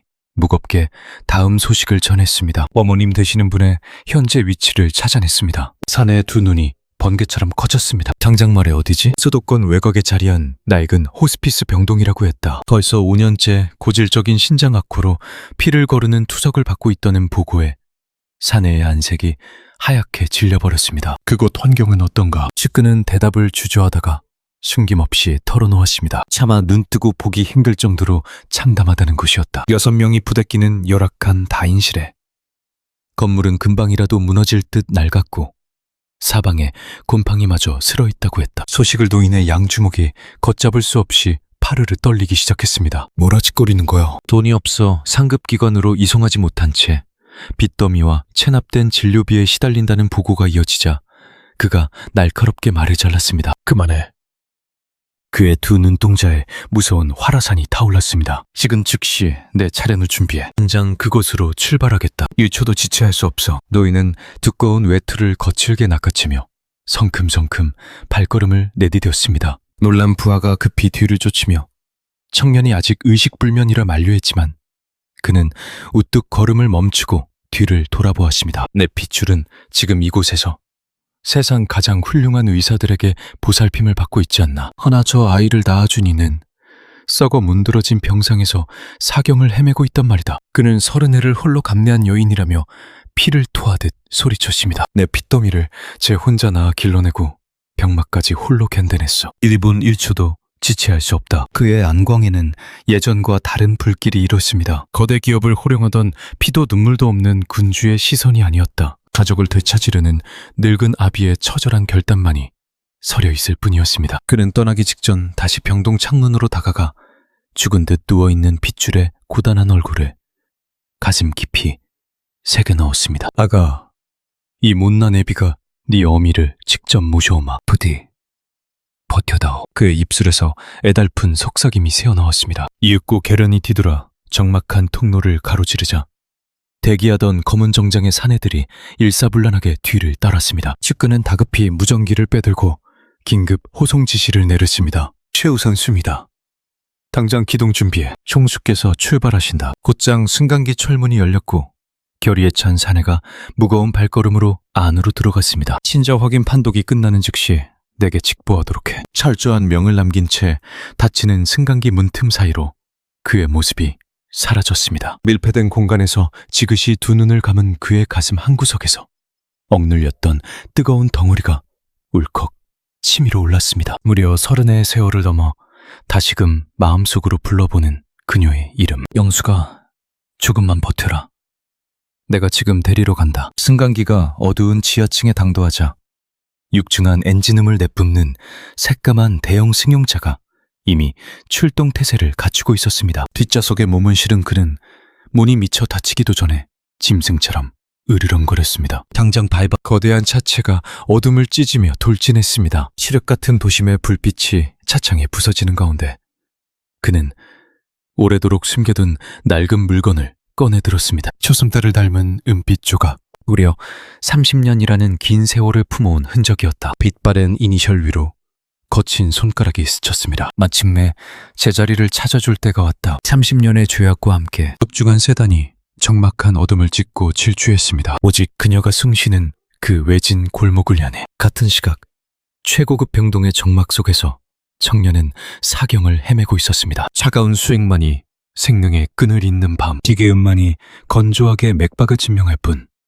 유리창 너머 세상은 무심할 정도로 화려하게 빛났습니다. 청년의 무의식은 아득한 과거를 떠돌았습니다. 그곳엔 환하게 미소 짓는 젊은 날의 엄마가 서 있었습니다. 병마에 찌든 얼굴이 아닌 눈부신 아침 햇살 아래서 찌개를 끓이던 그녀. 아들아, 밥 먹자는 다정한 부름이 메아리 쳤습니다. 파리한 입술 끝에 서글픈 미소가 피어올랐습니다. 이 잔혹한 운명의 수레바퀴가 어떻게 굴러가고 있는지 30년을 철저히 버려뒀던 생부가 이제야 그들을 향해 달려오고 있다는 엄청난 진실을 말이다. 거대한 검은색 그림자가 매연을 내뿜으며 도심의 심장부를 관통했습니다. 상석에 묻힌 남자의 시선은 허공을 맴돌았습니다. 화려한 네온사인과 취객들의 웃음소리도 그를 건드리지 못했습니다. 세상의 모든 소음이 차단된 듯 그의 뇌리를 지배하는 건 오로지 한 여인의 앙상한 뒷모습뿐이었습니다. 팽팽한 정적을 깬 건 측근의 떨리는 목소리였습니다. 어르신, 지금 막 들어온 정보가 하나 있습니다. 시선조차 주지 않은 채 굳게 닫혔던 남자의 입술이 짧게 열렸습니다. 말해봐. 두 사람의 과거를 깊숙이 파헤친 결과입니다만 그들이 겪은 불행은 단순한 우연이 아니었던 것 같습니다. 그제야 남자의 차가운 시선이 창밖에서 거두어져 앞좌석으로 날아와 꽂혔습니다. 그게 대체 무슨 소리인가? 측근은 황급히 전자기기를 내밀며 30년치의 삶의 궤적을 읊기 시작했습니다. 의문투성이입니다. 의료진에서 파면된 이후 사모님은 닥치는 대로 일자리를 구하셨지만 밥집, 하청업체 일용직까지 기이하게도 100일을 넘기지 못하고 번번이 내쫓기셨습니다. 남자의 미간에 깊은 주름이 파였습니다. 이유가 뭐지? 누군가 등 뒤에서 사장들의 목줄을 쥐고 흔든 흔적이 짙습니다. 그 여자를 품으면 가게 문을 닫게 될 거라는 무언의 압박이었죠. 남자의 목소리가 서늘하게 가라앉았습니다. 지금 장난하나? 비서의 이마에 식은땀이 맺혔습니다. 국가의 구호 손길조차 철저히 차단당했습니다. 최소한의 생계 지원을 요청할 때마다 보이지 않는 벽에 부딪혀 서류가 휴지 조각이 된 겁니다. 관할 기관의 입을 막은 배우가 있습니다. 핏줄이 선 남자의 주먹이 통제력을 잃고 파르르 떨렸습니다. 어떤 놈이 감히. 턱끝까지 차오른 숨을 삼키며 측근이 뱉은 이름은 충격적이었습니다. 바로 최 고문이었습니다. 억장이 무너지는 듯 남자의 표정이 얼어붙었습니다. 30년 전부터 끈앞풀을 풀어 그녀의 숨통을 조여온 겁니다. 밥줄을 끊고 살려달라는 아우성마저 잔혹하게 짓밟으며 그들을 지옥 구덩이로 밀어넣었습니다. 단 한마디도 내뱉지 못한 채 사시나무 떨듯 경련하는 남자에게 비서는 더 참혹한 문건을 들이밀었습니다. 도련님이 왜 그 지독한 어둠의 돈에 손을 대야만 했는지에 대한 내막입니다. 3년 전 등록금을 구하려던 청년은 시중의 모든 은행에서 문전박대를 당했습니다. 하루아침에 멀쩡하던 금융기록이 바닥으로 곤두박질 친 겁니다. 누군가 치밀하게 유령 빚을 만들어 씌웠고 벼랑 끝에 몰린 아이는 결국 늪으로 빠질 수밖에 없었죠. 분노로 붉게 타오르는 남자의 눈동자 위로 결정타가 날아들었습니다. 그 악질 수구먼 역시 최고문의 사냥개였습니다. 애초에 도련님의 목숨을 올가매기 위해 설계된 함정이었습니다. 기기의 전원이 무겁게 꺼졌습니다. 피 맺힌 시선이 허공에서 부딪혔습니다. 무려 30년입니다, 어르신. 그 긴 세월 동안 한 가족을 철저히 유린하고 찢어 밝힌 겁니다. 숨막히는 정적 속 종이 뭉치가 형편없이 우그러졌습니다. 찢겨나가는 서류 파열음과 함께 남자의 목구멍에서 짐승의 울음 같은 탄식이 터져나왔습니다. 악마 같은 새끼. 본가에서도 이 짓거리를 묵인했나? 나 혼자 철저히 농락당하며 30년을 등신처럼 살아온 건가? 갈기갈기 찢긴 문건이 허공을 수놓았습니다. 분노를 이기지 못한 묵직한 주먹이 가죽 시트를 사정없이 내리쳤습니다. 내 여자는 피눈물을 흘리고 내 핏줄은 죽음의 문턱을 헤맬 때 나는 대체 그 호화로운 성벽 안에서 무슨 짓을 한 거냐고. 피를 토하듯 쏟아내는 절규에 핸들을 쥔 손은 굳어버렸고 측근은 주인처럼 바닥만 응시했습니다. 숨소리조차 낼 수 없는 질식할 듯한 공기 속 주머니 속 기계가 짧은 파동을 일으켰습니다. 바닥에는 손끝으로 꺼내든 화면, 액정 위로 차가운 활자들이 떠올랐습니다. 유전자 정보 분석원, 친자 확인 최종 결과 보고. 숨통이 콱 막혀왔습니다. 두려움과 회한으로 얼룩진 손가락이 마침내 그 판도라의 상자를 열어젖혔습니다. 한 통의 기묘한 메시지가 도착했습니다. 의료인 박진철과 대상자 민의 혈연관계 간정 결과서였죠. 일치율 99.999%. 신부임이 확실하다는 그 활자 앞에서 그는 홀린 듯 액정만 응시했습니다. 99.999%. 그 잔인하고도 기막힌 숫자가 망막을 파고들자 왈칵 뜨거운 것이 쏟아지며 시야가 온통 일그러졌죠. 나의 핏줄. 마침내 짐승의 앓는 소리 같은 탄식이 그의 굳은 입술을 비집고 터졌습니다. 그는 그 작은 기계를 심장 부근에 우겨넣듯 끌어안고는 속절없이 허물어졌습니다. 폐부를 찢는 듯한 오열이 차 안을 채웠고 넓은 등판은 주체할 수 없을 만큼 떨려왔죠. 거대굴 30년이란 아득한 세월을 건너 자식을 되찾은 애비의 통곡일 뿐이었고 운전대는 그저 묵묵히 전방만 향할 뿐이었어요. 옆자리의 수행원조차 숨죽인 밀폐된 공간에는 오직 한 사내의 맺힌한이 녹아내리는 소리만 가득했죠. 엇것 같은 오열 끝에 젖은 얼굴을 든 그가 핏발선 눈으로 다시 액정에 불을 밝혔습니다. 그자는 지금 어딨나? 싸늘한 물음에 수행원은 본가에 머물고 있다며 조심스레 고했죠. 거둔 수신자는 그 최고문, 금일부로 그룹 내 모든 권한을 박탈한다는 선고였죠. 매일 지긋지긋한 악연의 고리는 이걸로 끊어졌다. 그는 서늘한 중얼거림과 함께 기기를 거두었습니다. 붉은 도착까지는 15분쯤 소요된다는 대답에 그는 당장이라도 날아갈 듯 재촉했겠습니다. 핏줄이 설 만큼 절박한 채찍질에 푸른 불빛이 켜지기 무섭게 차체는 거칠게 튕겨나갔죠. 판계까지 밟아 내 가엾은 식구들이 날 기다리고 있단 말이다. 힘맺힌 절규에 엔진이 무섭게 포효했습니다. 검은 차체가 어둠이 깔린 도심을 찢을 듯 질주할 때 그는 품속에서 낡은 장신구 하나를 꺼내 들었어요. 초승달을 닮은 핏발의 눈붙이 무려 30년간 제 심장처럼 품어온 기막힌 사연의 진표를 부서져라 쥐었죠. 내가 너무 늦었지. 이제야 가네. 참회의 눈물 너머로 시산하고 남루한 풍경들이 스쳐갔습니다. 번쩍이는 도심과는 완전히 단절된 듯한 소외된 변두리 구역. 수행원의 손끝이 한 곳을 가리켰죠. 사모님께서 머무시는 요양원입니다. 그 끝에 매달린 건 곧 무너질 듯 위태로운 5층짜리 구조물이었어요. 실은 다 벗겨지고 이름조차 읽기 힘든 데다 승강기 하나 없는 처참한 몰골의 병동이었죠. 이런 생지옥에서 그 긴 세월을 견뎠단 말인가. 바퀴가 구르기를 멈추기도 전에 그의 얼굴은 참담하게 구겨졌습니다. 그는 문을 거칠게 밀치고 뛰쳐나갔고 뒤따르는 다급한 만류조차 그의 귀에는 닿지 않았어요.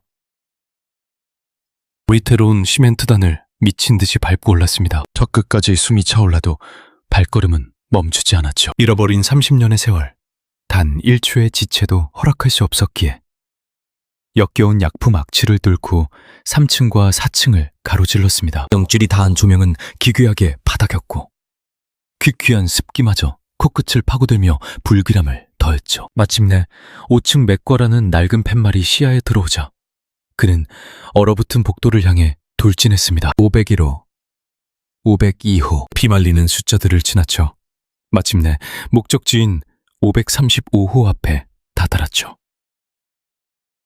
문턱에 서자 흉곽을 부술 듯 박동이 요동쳤고 내밀려던 두 손은 속절없이 떨려왔습니다. 질식할 것 같은 호흡을 억눌러 보려 했었지만 소용없었죠. 무려 30년이라는 기나긴 단절이었으니까요. 사시나무처럼 떨리는 지문이 차가운 손잡이를 감싸 쥐었고 이윽고 묵직한 철문이 열렸습니다. 훅 끼쳐오는 짙은 곰팡내 속에서 유일한 백열등 하나만이 위태롭게 파들거리고 있었어요. 참막히게 비좁은 공간에 억지로 우겨 넣어진 6개의 병상들. 그의 흔들리는 시선이 그 안을 헤집었습니다. 그리고 낡은 창살 곁 웅크린 그림자 하나가 미동조차 없이 누워 있었죠. 뼈만 남은 육신에 죽음의 색이 깃든 살갗, 처참한 바늘 자국과 하얗게 쓴 머리칼. 그의 유일한 사랑이었습니다. 맥박이 완전히 끊어지는 듯 했습니다. 그의 기억 속 찬란했던 30년 전의 그 싱그러운 여인은 온데간데 없었으니까요. 찬란했던 시절은 흔적조차 남지 않은 채 잔혹한 병마가 핥히고 간 늙은 여인만이 숨을 헐떡이고 있었죠. 잃어버린 30년간의 지옥 같은 고난이 그녀의 온몸에 낙인처럼 찍혀 있었고 그의 뺨 위로 참담한 눈물이 툭 떨어졌습니다. 영수가 짐승처럼 갈라진 목소리로 겨우 한마디를 토해내자 감겨있던 그녀의 파리한 눈꺼풀이 미세하게 열렸습니다. 허공을 떠돌던 초점 잃은 시선이 천천히 얼룩진 벽을 지나 문가의 우뚝 선 사내의 실루엣에 멈춰섰죠. 흐릿했던 동공이 기적처럼 팽창하며 핏기 없는 그녀의 입술이 경련하듯 미세하게 달싹였습니다. 설마 당신인가요? 죽음의 문턱에서 마주한 환영이라 믿은 듯 그녀는 도저히 믿기지 않는 시선으로 그를 응시했습니다. 한각일까? 30년이라는 세월 동안 무의식 속에서도 피하려 발버둥 쳤던 그 사내가 지금 지쪽에 서 있었다. 그가 슬며시 거리를 좁혀왔습니다. 나야 진철이. 다가오는 그를 향해 그녀는 오지 말라며 새된 비명을 질렀습니다. 반사적으로 도망치려 했으나 쇠약해진 육신은 침대에서 헛돌 뿐이었습니다. 당장 꼴도 보기 싫으니 사라지라며 그녀는 곁에 있던 베개를 미친 듯이 집어던졌습니다. 하필이면 지금 이 순간 나타난 이유가 무엇인지 원망스러웠습니다. 거공을 가른 손뭉치는 덧없이 차가운 병실 바닥으로 곤두박질 쳤습니다. 내 아이 털끝 하나라도 건드렸다간 가만두지 않겠소. 어미의 처절한 절규가 방안을 울렸습니다. 성대가 찢어질 듯 내지르는 고함과 함께 뜨거운 눈물이 뺨을 타고 흘러내렸다. 같은 병실을 쓰던 이들의 시선이 일제히 그녀에게 쏠렸습니다. 그럼에도 불구하고 사내는 주위에 이목 따위는 아랑곳하지 않은 채 묵묵히 그녀의 곁으로 발걸음을 우겼습니다. 이윽고 글지의 재벌 총수인 그가 습기로 얼룩진 누추한 시멘트 바닥 위로 털썩 두 무릎을 꿇어버렸습니다. 전부 내 불찰이야. 참여하는 사내의 음성은 미세하게 떨리고 있었습니다. 네가 홀로 아이를 품구나.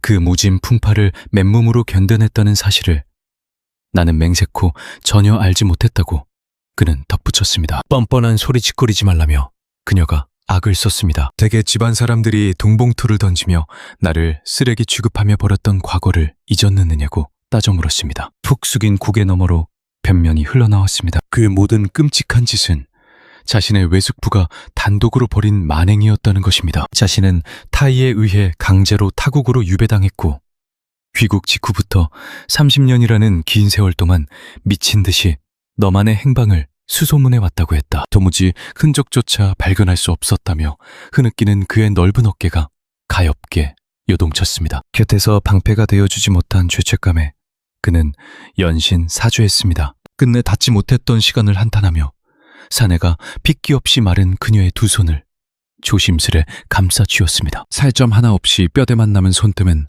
온통 바늘에 찔린 흔적 투성이었고 손바닥은 돌덩이처럼 거친 굳은 살로 뒤덮여 있었습니다. 지나온 30년의 가혹한 굴레가 고스란히 묻어나는 그 처참한 손길을 그는 조심스럽게 자신의 얼굴 쪽으로 끌어당겼습니다. 이윽고 투박하게 갈라진 흉터 위로 남자의 뜨거운 숨결과 입술이 닿았습니다. 멍든 바늘 자국마다 입맞춤을 새기며 지난 30년간의 진절머리 나는 빛을 평생을 바쳐 보상하겠다고 맹세했습니다. 뜨거운 물방울이 피부 위로 툭툭 떨어졌습니다. 병상에 기대어 아래를 응시하는 그녀의 시선 끝에는 처참하게 무너져 내린 사내의 오열이 있었습니다. 30년 전 매몰차게 자신을 등졌다고 믿어 의심치 않았고 평생을 저주하며 지워내려 했던 그 사람이 지금 자신의 손을 붙잡고 참회의 눈물을 쏟고 있는 것입니다. 참았던 감정이 툭처럼 터지며 그녀의 두 뺨 역시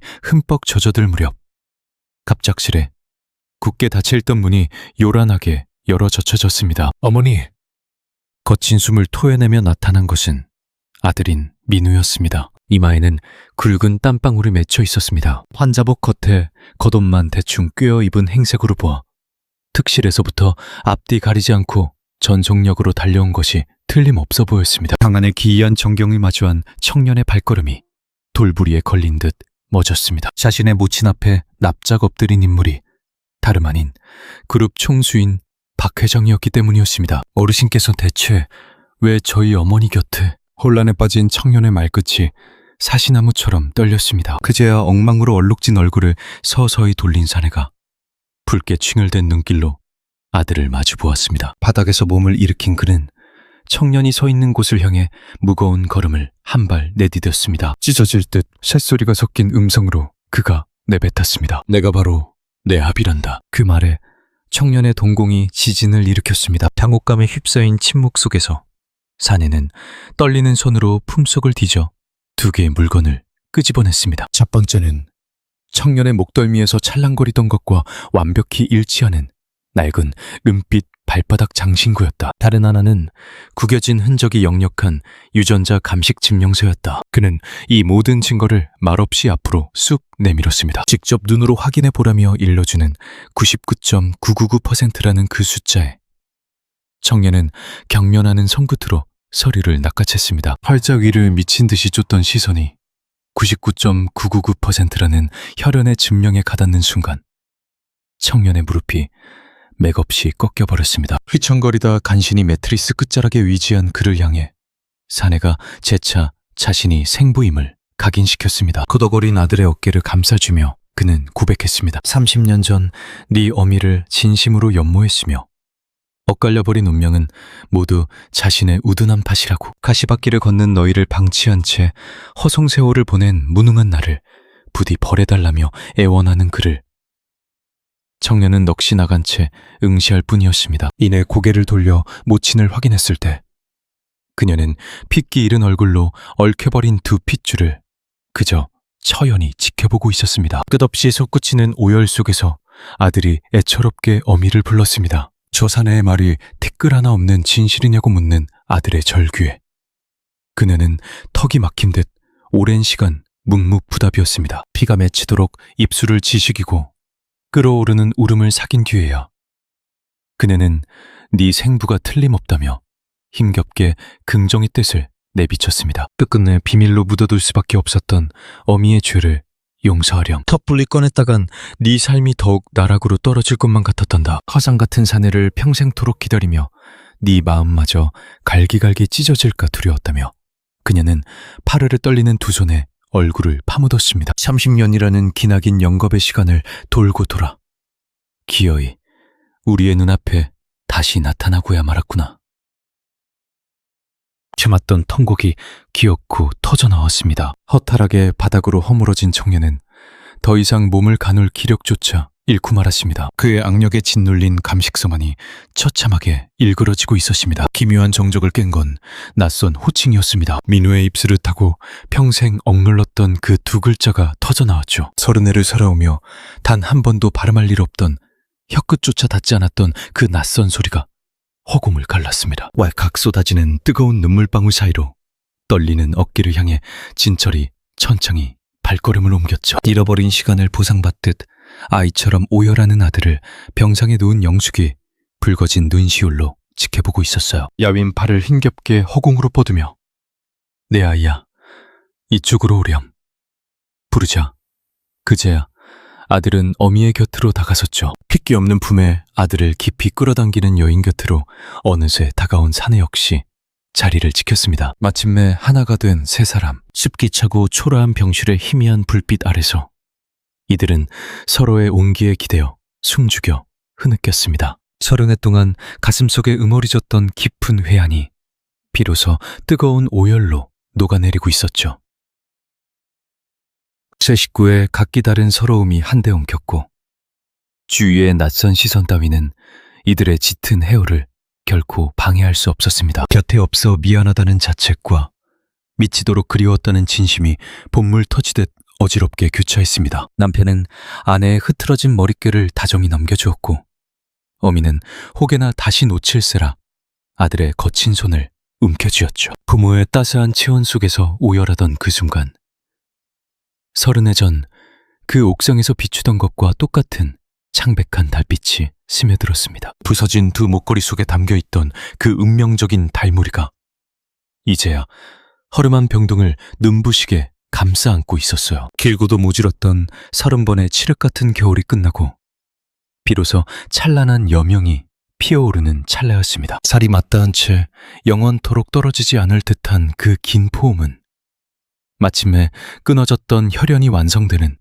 거룩한 의식과도 같았죠. 반면 같은 달빛 아래 무겁게 가라앉은 성북동의 거대한 한옥. 그곳은 한울가의 절대 권력자 대만님의 은밀한 성이었죠. 아득히 솟은 담벼락과 육중한 철문 너머로 수십 년의 묵직한 비밀을 품은 잿빛 기와가 서늘한 위용을 뽐내고 있었습니다. 그리고 가장 깊숙한 안방에서 정막을 갈기갈기 찢는 신경질적인 호통 소리가 터져 나왔습니다. 방금 입 밖으로 낸 소리 다시 직거를 보라며 벼락같이 화를 내는 그녀의 안검은 80이라는 숫자가 무색하게 매서웠죠. 소리가 내린 듯 하얀 쪽머리에 빈틈없는 명주 비단 옷을 두른 자태는 거대 재벌가의 주인다운 숨막히는 압박감을 풍겼고 그 발밑에는 늙은 수아가 바짝 엎드려 조아리고 있었습니다. 도련님이 기어코 그 벌레 같은 자들을 집안에 들였다고 보고하는 그의 음성은 사시나무처럼 흔들렸죠. 공부와 억울함으로 일그러진 표정을 한 채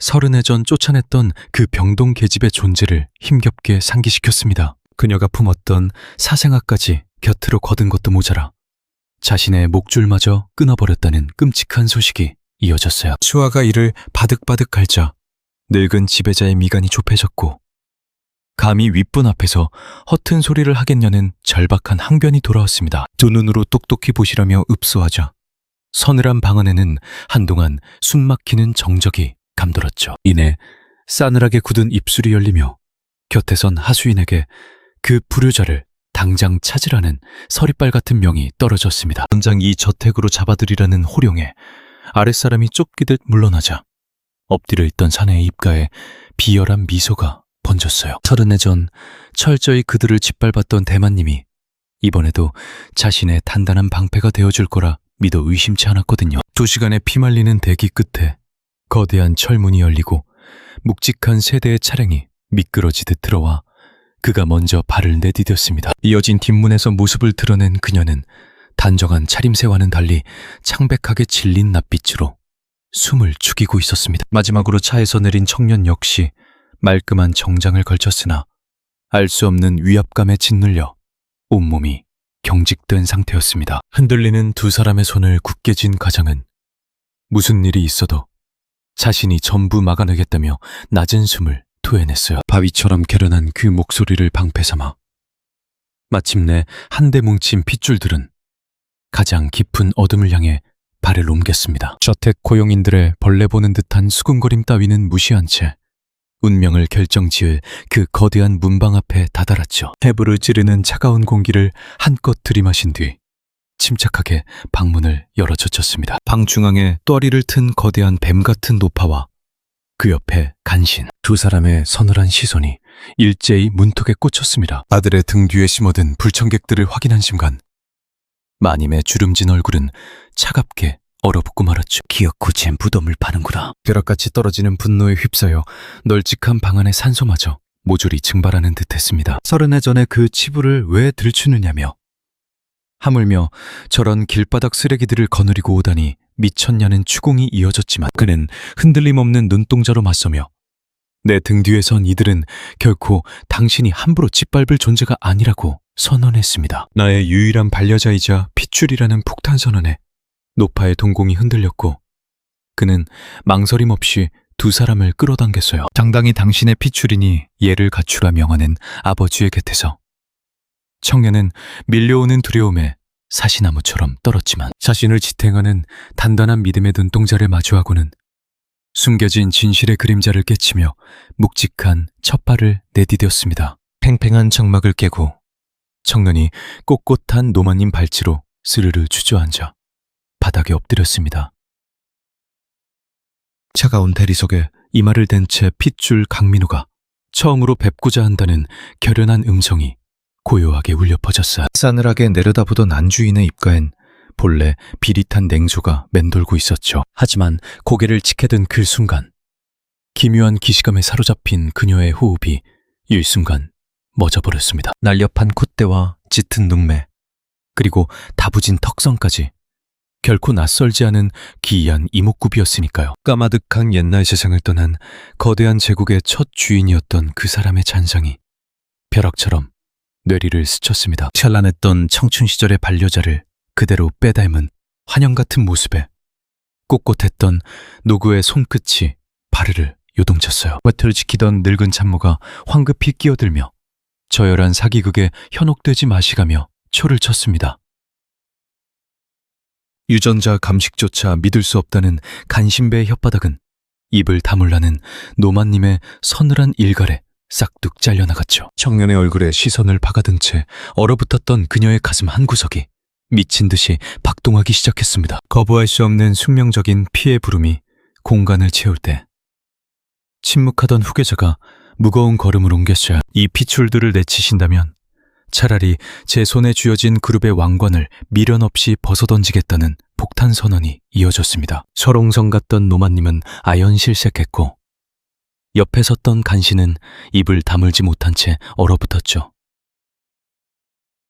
방금 뱉은 말을 믿지 못해 되묻는 어미 앞에서 아들의 음성은 바위처럼 단단하고 묵직했습니다. 30년이라는 기나긴 세월 동안 그저 뜻에 순응하며 잃어버린 인연을 방치했던 비겁함을 고백했죠. 이제는 가문을 위해 혈육을 도려내는 짓 따윈 않겠다며 선을 긋자 사방에 숨막히는 정막이 내려앉았습니다. 그 찰나 오랜 세월 숨어 지내던 여인이 앞으로 나와 무너져 내리듯 엎드리며 온갖 원망을 달게 받겠노라 읊조렸어요. 자신을 향한 징후는 마땅한 업보라 여기며 흐느끼면서도 오직 제 핏덩이만은 거두어달라 애원했습니다. 30년간 온기 하나 없는 세상에서 아비와 핏줄의 부재를 견뎌야 했던 죄 없는 아이의 불행을 전부 제 멍에로 돌렸죠. 바닥에 이마를 지지기며 제 목숨줄이 끊어지거나 내쳐져도 상관없다며 처절하게 엎드렸습니다.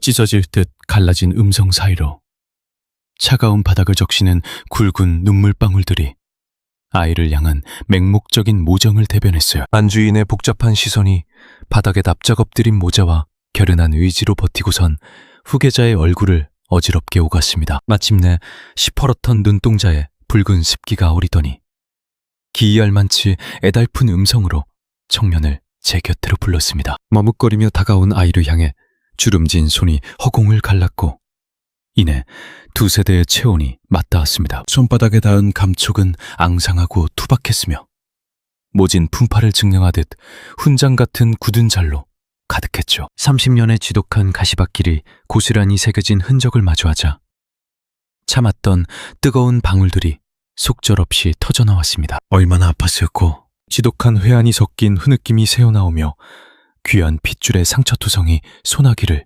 부여잡았습니다. 눈먼 어미가 죄인이라며 마디마디 얽힌 손을 꽉 끌어안은 채 잃어버린 시간을 저주하며 가슴을 쳤어요. 핏덩이를 이제야 품에 안은 늙은 피부치의 어깨가 요동쳤고 그제야 굳어있던 청년의 뺨으로도 뜨거운 강물이 흘렀습니다. 낯설고도 먹먹한 그 단어가 아이의 입술을 타고 넘어올 때 다급해진 간신의 새된 비명이 분위기를 찢어발겼죠. 검은 속내로 불을 탐하는 가짜라며 이간질하는 순간 분노로 이성을 잃은 노마님의 손에 무거운 막대기가 쥐어졌습니다. 둔탁한 파열음과 함께 허공을 가른 나무 토막이 오만한 배신자의 어깨 쭉지를 자비 없이 으스러뜨렸어요. 처절한 비명소리와 함께 바닥에 꼬꾸라진 자를 향해 짐승 같은 포효가 쏟아져 내렸습니다. 30년 전 가문을 위한다는 알량한 핑계로 어린 생명을 사지로 몰아넣은 원흉이 바로 너였냐며 비토하듯 절규했죠. 서리빨 같은 분노를 머금은 흉기가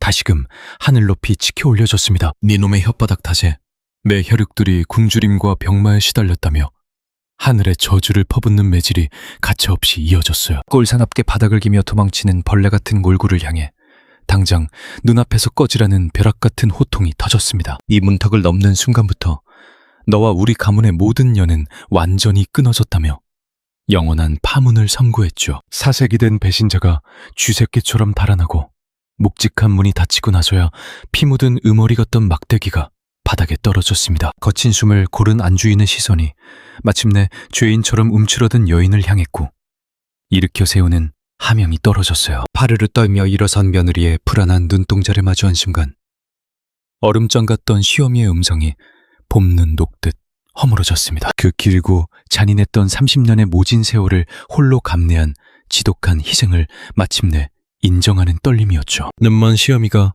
모든 비극의 원흉이라며 자책하는 투박한 손길이 내밀어졌고 두 여인은 눈물 속에서 과거의 매듭을 풀었습니다. 그 경이로운 용서의 광경 앞에서 묵묵히 버텨온 아들마저 경건하게 몸을 낮춰 그 바닥에 엎드렸습니다. 기적처럼 되찾은 인연에 바치는 뜨거운 감사의 절이 이어졌고 모친의 주름진 손길이 지친 아들의 정수리를 따스하게 감싸 안았습니다. 기나긴 어둠을 뚫고 드디어 진짜 기둥이 섰네.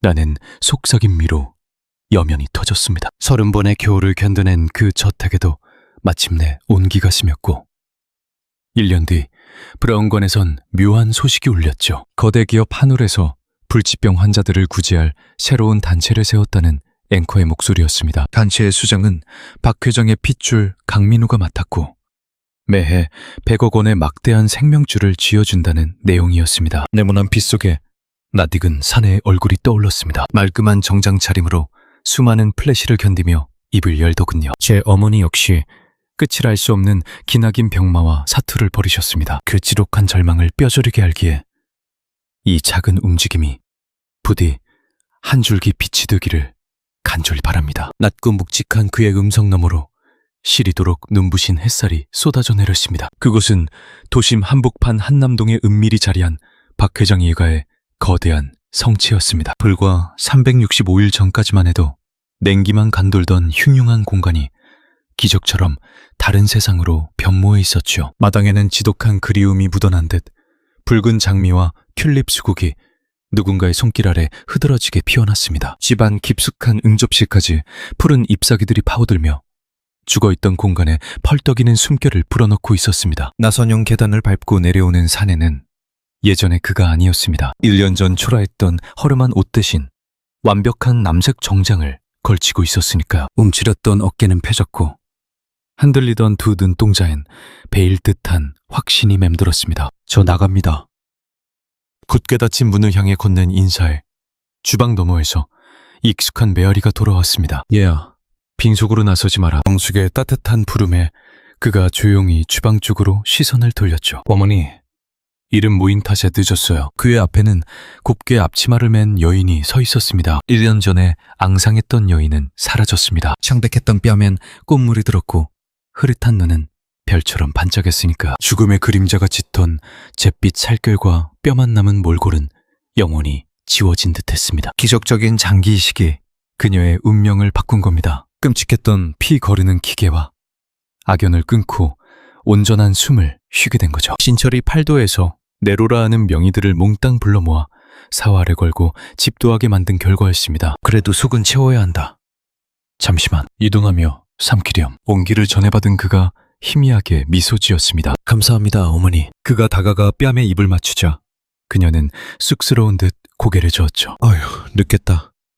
어서 가. 그는 웃으며 문 밖을 나섰습니다. 거대한 철문 앞에는 칠흑 같은 대형 세단이 웅크리고 있었고 수행원이 묵묵히 뒷좌석을 열어젖혔습니다. 어둠 속으로 몸을 싣기 전 그는 고개를 돌렸습니다. 불과 1년 전엔 감히 올려다볼 수조차 없던 거대한 성이었으니까요. 눅눅한 지하방에서 두 모자를 옥죄던 천문학적인 치료비와 검은 돈의 위협.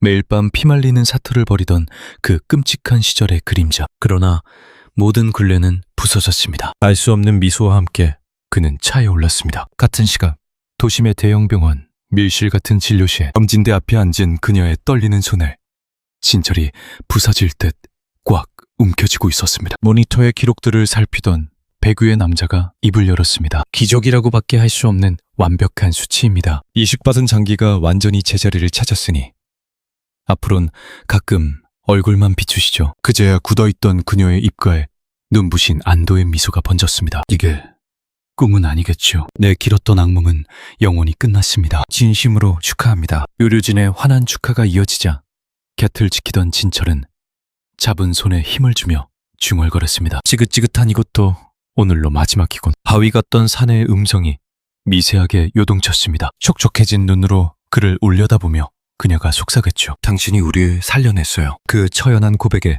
사내는 오히려 쓸쓸한 표정으로 묵묵히 고개를 저을 뿐이었습니다. 천만에 34라는 잔혹한 세월을 살아남아준 당신의 독한 생명력 덕분이지. 낮잡은 두 사람의 온기가 차가운 복도를 가로질렀습니다. 육중한 문을 나서자 찌를 듯한 빗무리가 쏟아졌습니다. 과거 퀴퀴한 곰팡내로 가득했던 죽음의 문턱권은 아득히 먼 눈부신 세상이었습니다. 지옥에서 건져 올려진 그녀는 이제 철옹성 같은 곳에서 최상의 보살핌을 누리게 된 것입니다. 숨통을 조이던 빚더미도 피말리는 독촉장도 연기처럼 흩어졌습니다. 어느새 진철의 넓은 팔이 그녀의 어깨를 단단히 감싸 안고 있었죠. 돌아가자 우리의 집으로. 묵묵히 걷는 두 뒷모습이 멀어지고 해 저문 대저택의 깊은 주방에선 낯선 끓음 소리가 울려 퍼졌습니다. 뜨거운 열기 한가운데 묵묵히 불을 지키고선 그녀. 낡은 기억 속에서나 존재하던 붉은 찌개를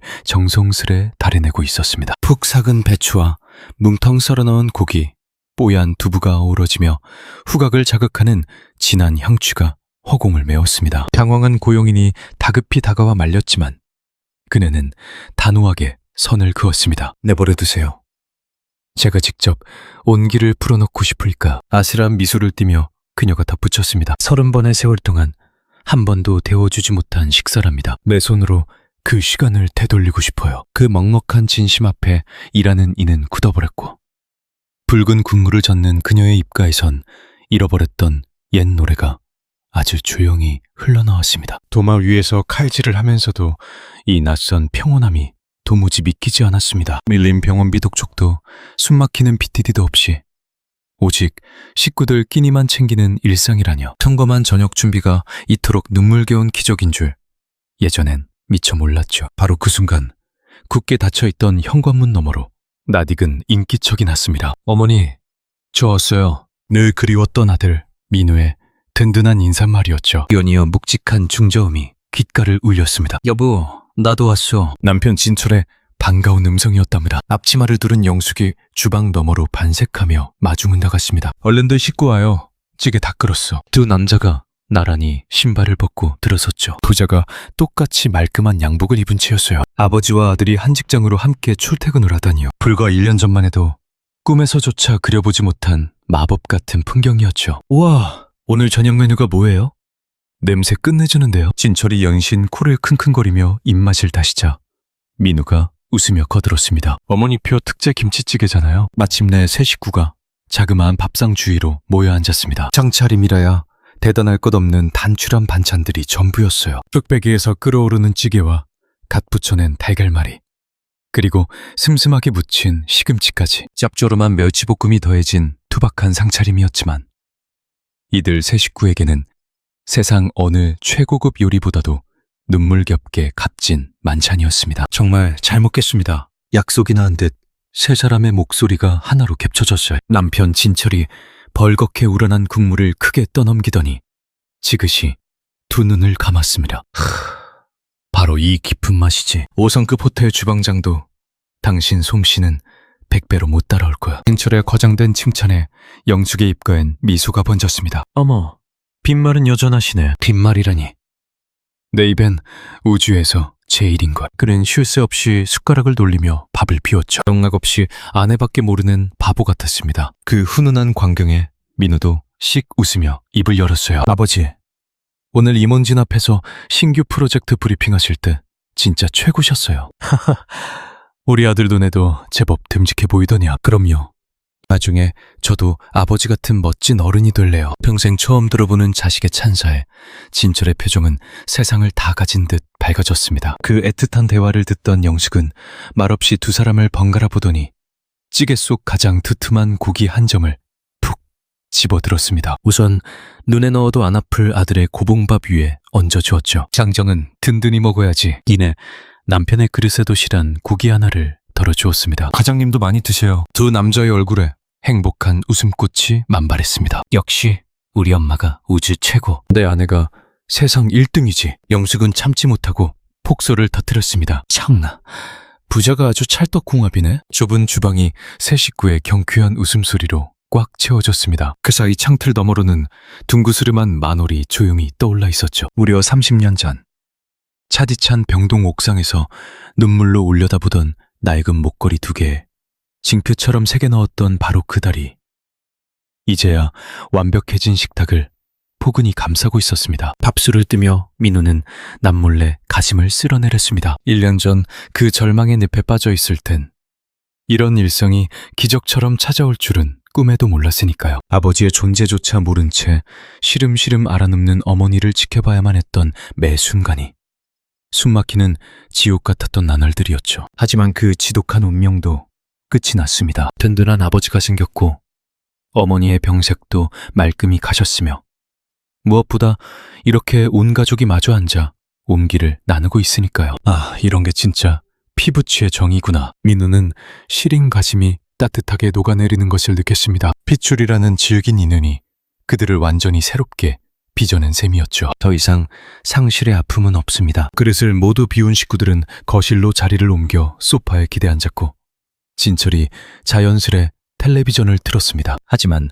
화면에서 눈을 떼지 못하는 이는 아무도 없었어요. 어깨를 맞대고 한 공간에 머무는 이 찰나의 공기가 너무도 달콤했기 때문이죠. 조용히 곁으로 다가온 영숙이 아들의 헝클어진 머릿결을 쓸어 넘겼습니다. 그동안 험한 세월 견디느라 참 애썼던 내 새끼. 민우는 투박해진 어머니의 두 손을 꼭 움켜쥐었습니다. 어머니가 저보다 100배, 1000배는 더 힘드셨잖아요. 그 애틋한 모자를 진철이 뭉클한 눈으로 지켜보고 있었죠. 이윽고 남편이 안주머니에서 조심스레 무언가를 꺼내들었습니다. 불과 며칠 전 사진관에서 처음으로 남겼던 가족 사진 한 장이었어요. 카메라를 향해 세상 가장 환한 미소를 짓고 있는 세 사람. 기둥 같은 진철을 중심으로 아내와 아들이 든든하게 곁을 지키는 모습이 담겨 있었습니다. 내일 당장 멋진 액자를 사다가 거실 한가운데에 걸어둡시다. 그의 제안에 두 사람도 고개를 숙여 작은 인호지를 들여다보았죠. 사진 속 얼굴들은 하나같이 그늘 한 점 없이 맑았습니다. 오직 진심만이 만들어낼 수 있는 진짜 미소였죠. 정말 곱게 잘 나왔네요. 드디어 온전한 우리 식구네요. 베란다 유리창을 넘어온 은은한 달무리 빛이 거실 바닥을 포근하게 적셨습니다. 그 부드러운 빛을 받아 세 개의 그림자가 바닥 위로 다정하게 푸개어졌어요. 칠흑 같던 절망의 세월을 견뎌내고 마침내 손에 쥔 기적 같은 결실이었습니다. 억수같이 쏟아지던 빗속에서의 기이한 우연이 결국 이렇듯 기모르는 따뜻한 밥상 앞에서 영원한 인연으로 맺어진 것입니다. 진짜 식구란 단순히 핏줄이 아닌 서로를 품어주는 애틋한 진심으로 완성된다는 것.